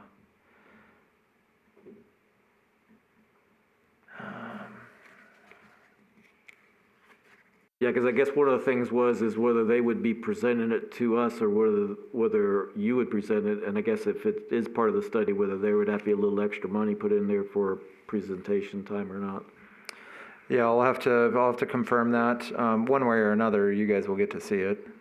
Because I'm trying to remember the budget. The budget had, I think the budget, I'm trying to remember for electrical, but it had, because you've got a professional line and you have a technical line for studies. Yep. And I think there was a reasonable amount put in there. And I know that there was at least one study. I don't know if there was 2. So Yeah, I know Dennis was working on that right before he left. I can't remember the details on it. okay, it is confusing for us, I believe, to understand where we fit into the areas of that. And some of the stuff it's been at the end where it would have been nice to know at least partway through Okay. what was going on. Yeah, once I get the details on that, I can update you on that. And then when we're making progress, then I can continue to update you, get your feedback on any items. So again, not trying to be arrogant, But if, in a case like this structure, if like maybe midway through, they're looking at all these components, and if I understand that the city doesn't have as much, without the electrical engineer, you've got Ned and you've got Greg that have done a lot with it. That aspect to say, okay, well, could you look at this, could you look at that? Where instead of a project being done, it would be, that's where a study early in the middle could be helpful to have the committee look at. So they're again trying to be helpful, not trying to be micromanaging. Yep. Okay. So that's where most of it, if we sort of have, I guess we know what some of these goals are, and we do have it on the goal sheet, so maybe if we just bring the whole goal sheet forward, we could possibly say, is there anything new? Yep, we can talk to that when we get to item 7. Okay, sounds good. So did I cut you off, Eileen, or was that you were, okay. So I think I've got everybody's input then, I appreciate it, but maybe, so if we'll talk about that in 7, but since we're on this, and we're going to the next one, is if you think about some of these items and then have an ideas that you want to discuss when we come to the meetings would be helpful. Hopefully I said that right. So, okay, so we'll close that out. So item number 5 is being closed out, and we'll go to item number 6 regarding conservation goals and objectives. And I believe we're in the same boat there. You're still looking at writing something up, and there's really nothing new to add. So again, I guess I'll just put people on the spot. I'll just go down the line again and just make sure that people don't have thoughts on this or something that goes sort of forward in what we're looking at. So Dan? Again, nothing to add. Greg? I want to tap that federal fund to get the water changed around on the Muni course. That's part of our utility infrastructure improvement. If we can get that doggone water changed to non-potable on the Muni course, that's 1 million gallons a day in the summertime that we'd be saving for potable. Yep. And that could go towards some of the water conservation goals that we're looking for. Yep, it's on the list. Well, so my understanding is that there's several things being juggled right now. When would we be able to talk about the different thoughts that are, different ideas that are just being considered? Right now, as long as it pertains to water conservation. Well, it's more of what we've heard, and if you haven't, I don't want to put anybody on the spot, and some of it's rumors, some of it's stuff like that, so I'm a little leery to say I've heard this or that. Yeah. And so my understanding is the city has some ideas and are working or trying to figure out if anything's viable. Yeah. The easiest and first thought that came up when we were talking about this is what Greg just discussed, is switching over the Muni course. But what comes along with that is changing the whole irrigation system at the same time. Yeah, we can change over the water source right now and keep the same irrigation system, but it's not efficient. It's a really old system, so that needs to be upgraded too. So that's one of the options that's been thrown out there. There's some other options of, do we invest or try to find money to upgrade the treatment plant so we can have higher treated effluent and use effluent on a course. Again, that's money that needs to be found to be able to do that, to upgrade the treatment plant, and then also to get it piped up to the golf course is not going to be cheap. Just out of curiosity, does anybody have any idea what the distance that would, any ballpark figure for pumping, just pumping alone would cost? I believe the estimate that was thrown out just for the piping to get it up to the golf course was about $4 million. Just the piping, and then you have a pumping cost once that's installed. You'd have to upgrade the whole treatment plant, which is, the rough number that was thrown out was $20 million for that. But then you've got you got a monthly, daily, whatever you figure, to pump the water up the hill, and that's there's pretty operating and maintenance costs that goes along with a new treatment plant and pumping it up. They tried that years ago, that Desert Hills golf course over by Nellis, off of Nellis, years and years ago. And they never had much luck using effluent because of the salts. Yep. And it's pretty expensive to try and clean it up to the point where you can actually keep the grass alive. So, yeah. And then the pumping costs, that could be a very expensive option when we have raw water available to us as it is. I know this drought emergency that the federal government has declared is technically not supposed to affect Nevada. We may go along with it, but we're not even using our allocation as opposed to Arizona and California. And so, in Boulder City's even less than that, because we're not even close to using our allotment. And so, I've said this before, but I will say it again, that we need to remember that water sales in Boulder City is a revenue. We make money off the sale of water. Anything that we don't use, Las Vegas is going to take, and they're going to use it, and they make money off of it. So we need to keep that in mind when we take this conversation, have this conversation. Yep. Anyway. No, I think that was, because I guess that's the case of how fast can we get an idea together, because if we're putting off doing the raw water, how long is it going to take to sort of get that idea if it's feasible or not for the raw water? And so that's some of the things, just, again, the expertise, and again, never being trying to arrogant, but there's expertise here that can help with it, and to sort of say, just help move things along, or what seems like it. So those are things that, again, if we have it on the each item, we could say, this is new, can you talk about it, and something like that. Was there anything else on that, some of those ideas? And then another idea for water conservation is the whole turf removal program. I've been in contact with SNWA. We have a really, really old map from Muni course. It's probably, I think it's 18 years old now. It was back from 2003, of a plan that was proposed for removing turf down there. Our Parks and Rec director is reaching out to some designers that are aware of turf removal programs. They're going to try to get that updated for us.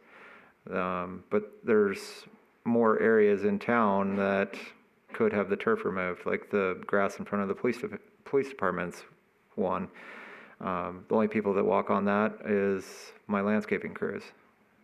So that's essentially any of that material or any of that grass needs to be removed that only the landscape workers are working on.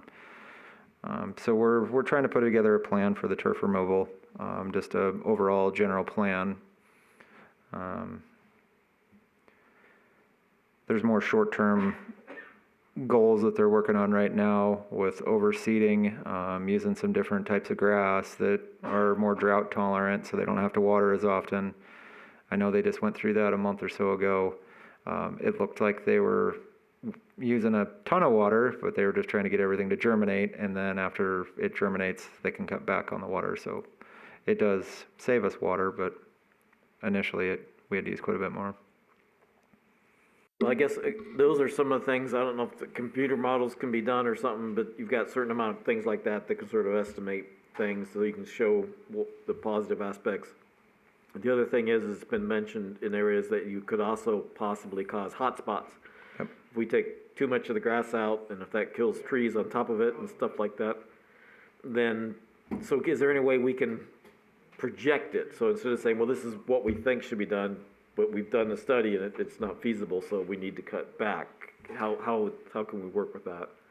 Yeah, that's something that we're going to have to look into. I don't have any answers for you right now, but that was something that came up in one of our golf course meetings recently is, okay, we have some trees that need to be removed on the golf course, but if we remove the trees, then we're going to have to water the grass more. So if we remove the grass and leave the trees, then the irrigation system won't be right for the trees. And so it's something that that turf removal company that Parks and Rec director is reaching out to, that's another thing that they're going to try to look at. But I don't know if there's any computer models or anything that can help us with that, but we're looking into how we can address that. The one thing, though, that we could look at while we're waiting for all this to occur is I know that the clubhouse needs potable water. Mm-hmm. So we have to look at a way to feed that with potable water. But even if we take and we get the non-potable water going into the golf course, it's a savings right up front of 25%. Mm-hmm. And that's at the wholesale cost. That's not our markup. That's the wholesale cost of 25%. And then what happens is they look at the fact that we've saved potable water, whatever the gallonage is per month or year. And that is an allocation that can be redistributed through the pipelines that are in the Vegas Valley to the citizens. Yep. And if you're talking just 1 million gallons a day in the summertime just on the golf course, that'll feed a few homes. So I'm saying, like I've been beating the drum for the last year, we need to get that muni course on non-potable water, regardless of what we're talking about redoing the golf course and the sprinklers and everything else, because that's a savings in our bank to go to SNWA and say, look, we're conserving potable water, okay? And this is how we're doing it. And that's something I think we need to pursue full steam ahead. Yep. Completely agree. Yeah, so I guess what I'm hearing is if we say, here's plan A, B, and C, but since plan B or C is the effluent is being considered, that's farther down the road than we want to wait. Can we do plan A now? Because if we can do it the cheapest way possible, and then you're not really hurting, you can still do the transfer without any major effect. The savings that we get should account for the second step, if we end up doing a second step. So I guess that's the thing that would be, because you look at, and I've only caught a few, but you see the articles in the Boulder City, and not everybody seems to have the full facts. And if we can get, and so even, the council, I'm not sure has the full facts, so the more facts we can get to them to say, this might be the ultimate goal, but right now we can't wait for that. Can we do this? So I just agree with Greg. So, question, is Boulder City the only entity that's using raw water, non-potable water out of the lake? Is Henderson, North Las Vegas, anybody else doing that, or are we the only ones that are doing that? I don't know. Not to my knowledge. Yeah, so I'm thinking, so that's kind of a plus right there. That's kind of builds with what the argument you've been talking about. I mean, we have something that nobody else has that we can take advantage of, and they all benefit from it. So we might want to push that too. Just want to make sure, you're asking for raw water only, or just? Raw water for the golf course. Okay, yeah, I work for City of Las Vegas wastewater plant, and so we provide non-pot, and it is expensive. Do you take it out of the over here in Henderson? Is that where you take the raw water? Turn your mic on, please. Do you take it out of the raw water line that comes over here at the top of the hill? No, we used to have 2 scalping plants, Durango Hills and Bomo. Pipeline was more effective for Bomo, so we shut that down. Durango Hills is shut down because we're in a fight with the water district. But we do provide, just off of our effluent, we provide reuse to some local. From your sewage effluent? Yes. Oh, so yeah, not raw water. So that's why I just wanted to clarify. Okay, I understand. Okay. I'm sorry, so because I think we're mumbling through our masks a little bit, so to make sure I'm hearing correctly, is that, so we don't have raw water from the Boulder City is the only one that has raw water from the lake. To my knowledge, correct. Okay, so yeah, that's one thing we probably want to push to have in the minutes, because that's a point that is very clear.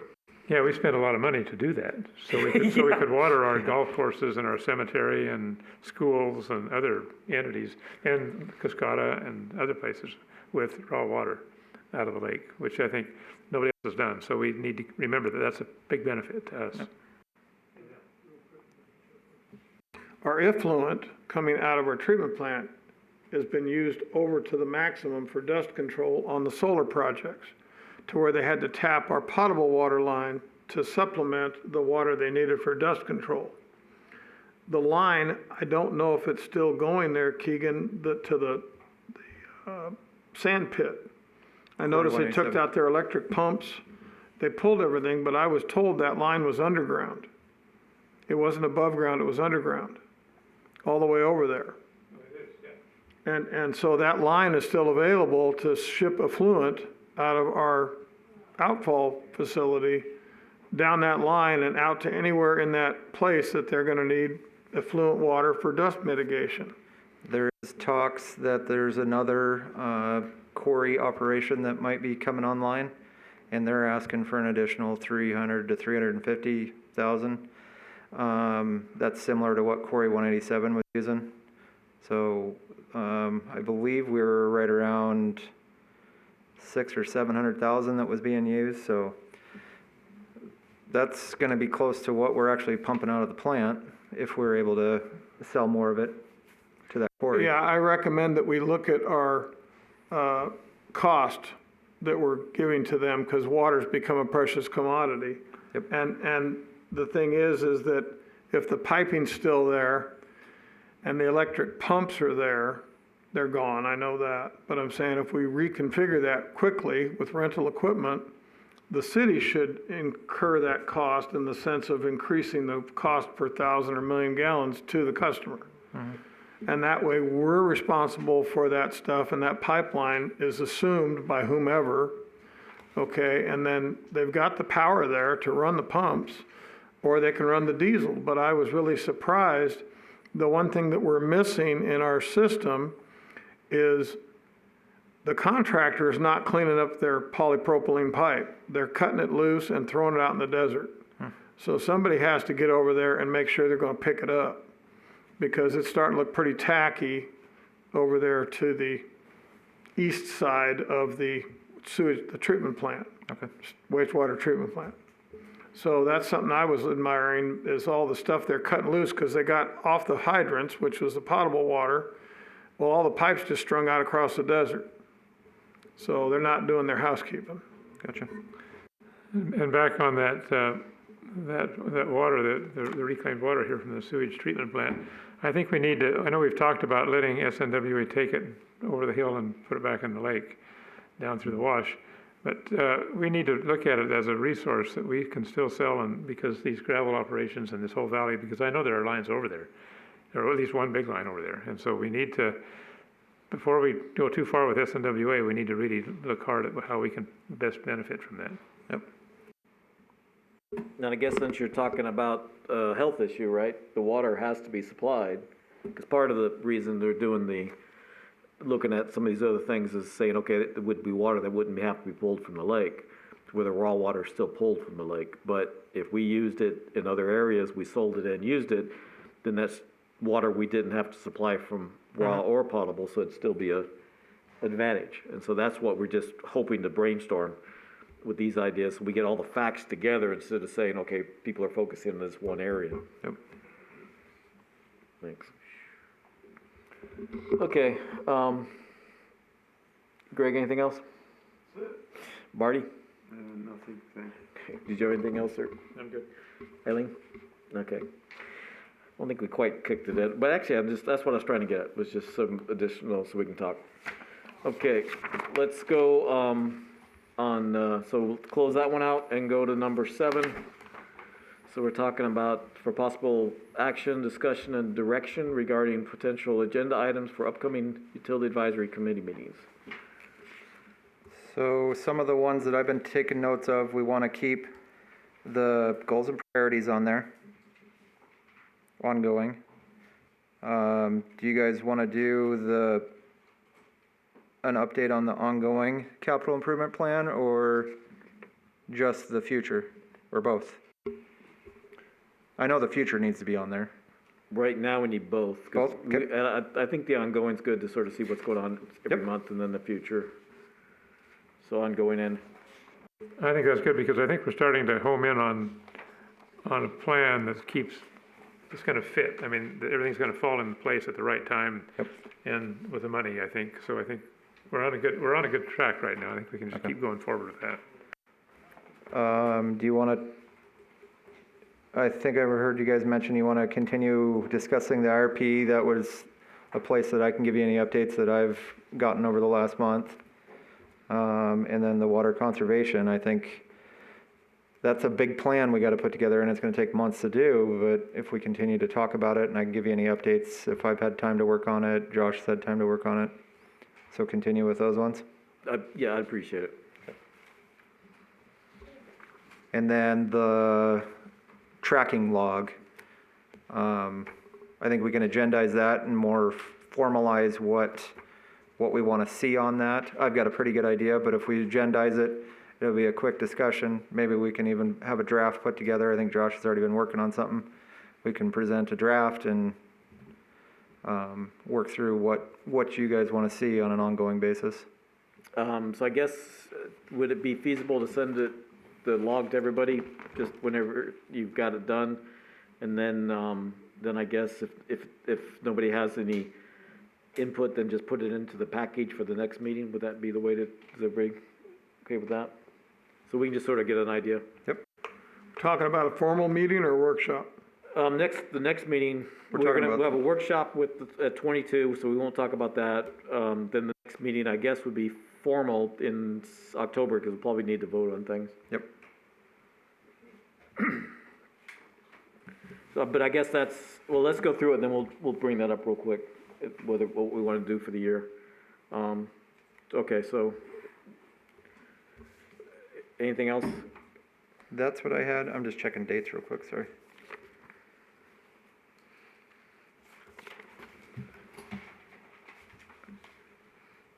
So I know we do our meetings the first Wednesday of the month.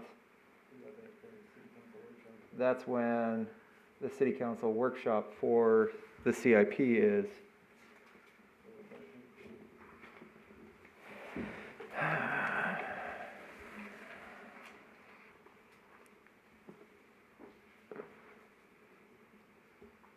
Because it would be nice to, because we're going to discuss the CIP on the 22nd.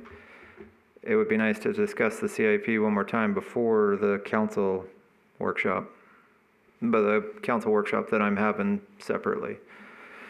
So that would give us the 22nd and our next UAC meeting. So the 6th is Wednesday? Yep. Is there any way we could have our meeting so we can talk about it on the 6th and put the city council meeting at a different time? They were trying to shoot for the following Wednesday, but there was a conflict on that, and that's why they proposed the 6th.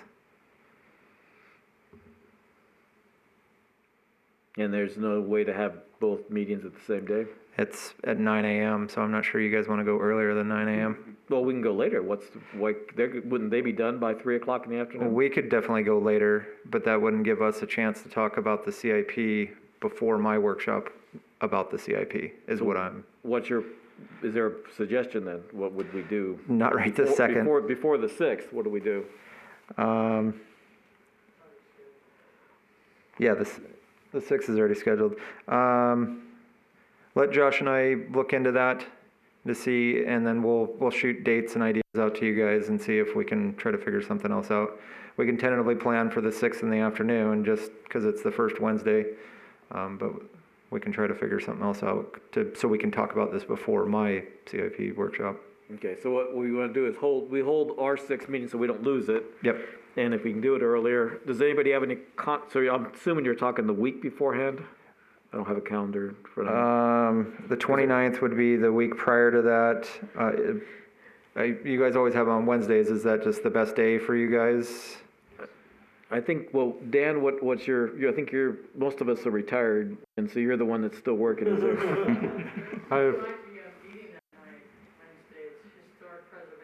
Okay, so we're gonna have to check calendars. Well, again, maybe we do it at 1, and because if it's 9 o'clock, you tell us what we can have a reasonable, I know that people aren't really crazy about these long meetings, but I'm just trying to get the data out the best we can, especially we didn't have meet for 2 months. Yep. 4 hours isn't, well, actually, what, three, we're a little bit over 3 hours, isn't that unreasonable to? So let's leave it at the 6th, and then I'll go check calendars, and we'll be in touch very soon. Okay, but I'm sorry, I didn't let Dan finish. Oh, yeah. No, I'm available. My work supports me doing this, so I can come. Okay, so I'm available. any day of the Monday through Thursday, right? And I'm on vacation on the 6th that whole week. And Okay. I'm going up. Yeah. So actually, so you were there the week beforehand? You here the I week? would be here the week before that. Okay, so we'll leave it at the 6th for right this minute. Josh and I will go check calendars, and then we'll be in touch real soon and propose other dates that are available for this room. But yeah, so we leave it there, but just so, make sure, I'm sorry to repeat it. So actually, for Ned's sake, and for Yeah, he's not available on the 6th, but the week beforehand actually might be better. okay. We'll see what we can do. Okay, the last thing I had on the, I don't know if I need it for a future agenda or just to send it out and then we can talk next time, is still trying to get an understanding of the committee rules. And so I don't know if there was talk about in the minutes, there was talk about bylaws for the UAC, because my understanding is that each committee used to have different rules, but it was changed to one rules for all the committees, but it was never formalized. So we've never seen a copy of committee rules, Okay.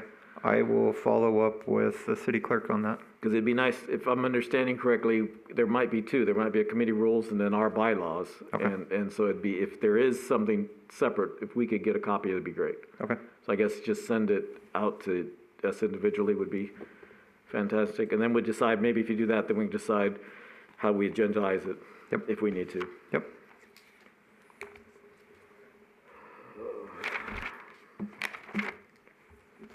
Okay, so I guess that's, is that, I think that was, okay, so anything else on the agenda from any of the members here? Okay, I think I had a nod from, so I'm not sure, from one of the committee members to comment on how nice it looks in here. So, Different. and if I understand correctly, so Holly, tell me if I'm, so did we get the sound issue somewhat squared? We don't have this much of the mic. I was trying to keep it, but it seemed like we didn't have to worry about having too many mics on at one time, so thanks about that. Yeah, just let us know if there's something you need us to do, as always. So where's all the pictures going back up on the walls? No? I'm not in charge of interior decoration. No, not a chance. I didn't even pick colors for the wall or the carpet, so. I think we need to put an old ductile iron water pipe up with some barnacles inside and what we're dealing with here and some other show and tell items. Okay. Mr. Carr, we still have the last public comment period on here too, before you adjourn. Yeah, so I was just, this sort of was about an agenda item, well, I guess not. Okay, so we're going offline, thank you for keeping me straight, appreciate it. So we'll go to the last comment period. The phone number again is, so this is related to any, Right, so the phone number is 702-589-9629. I'll give just a few minutes for everybody to catch up.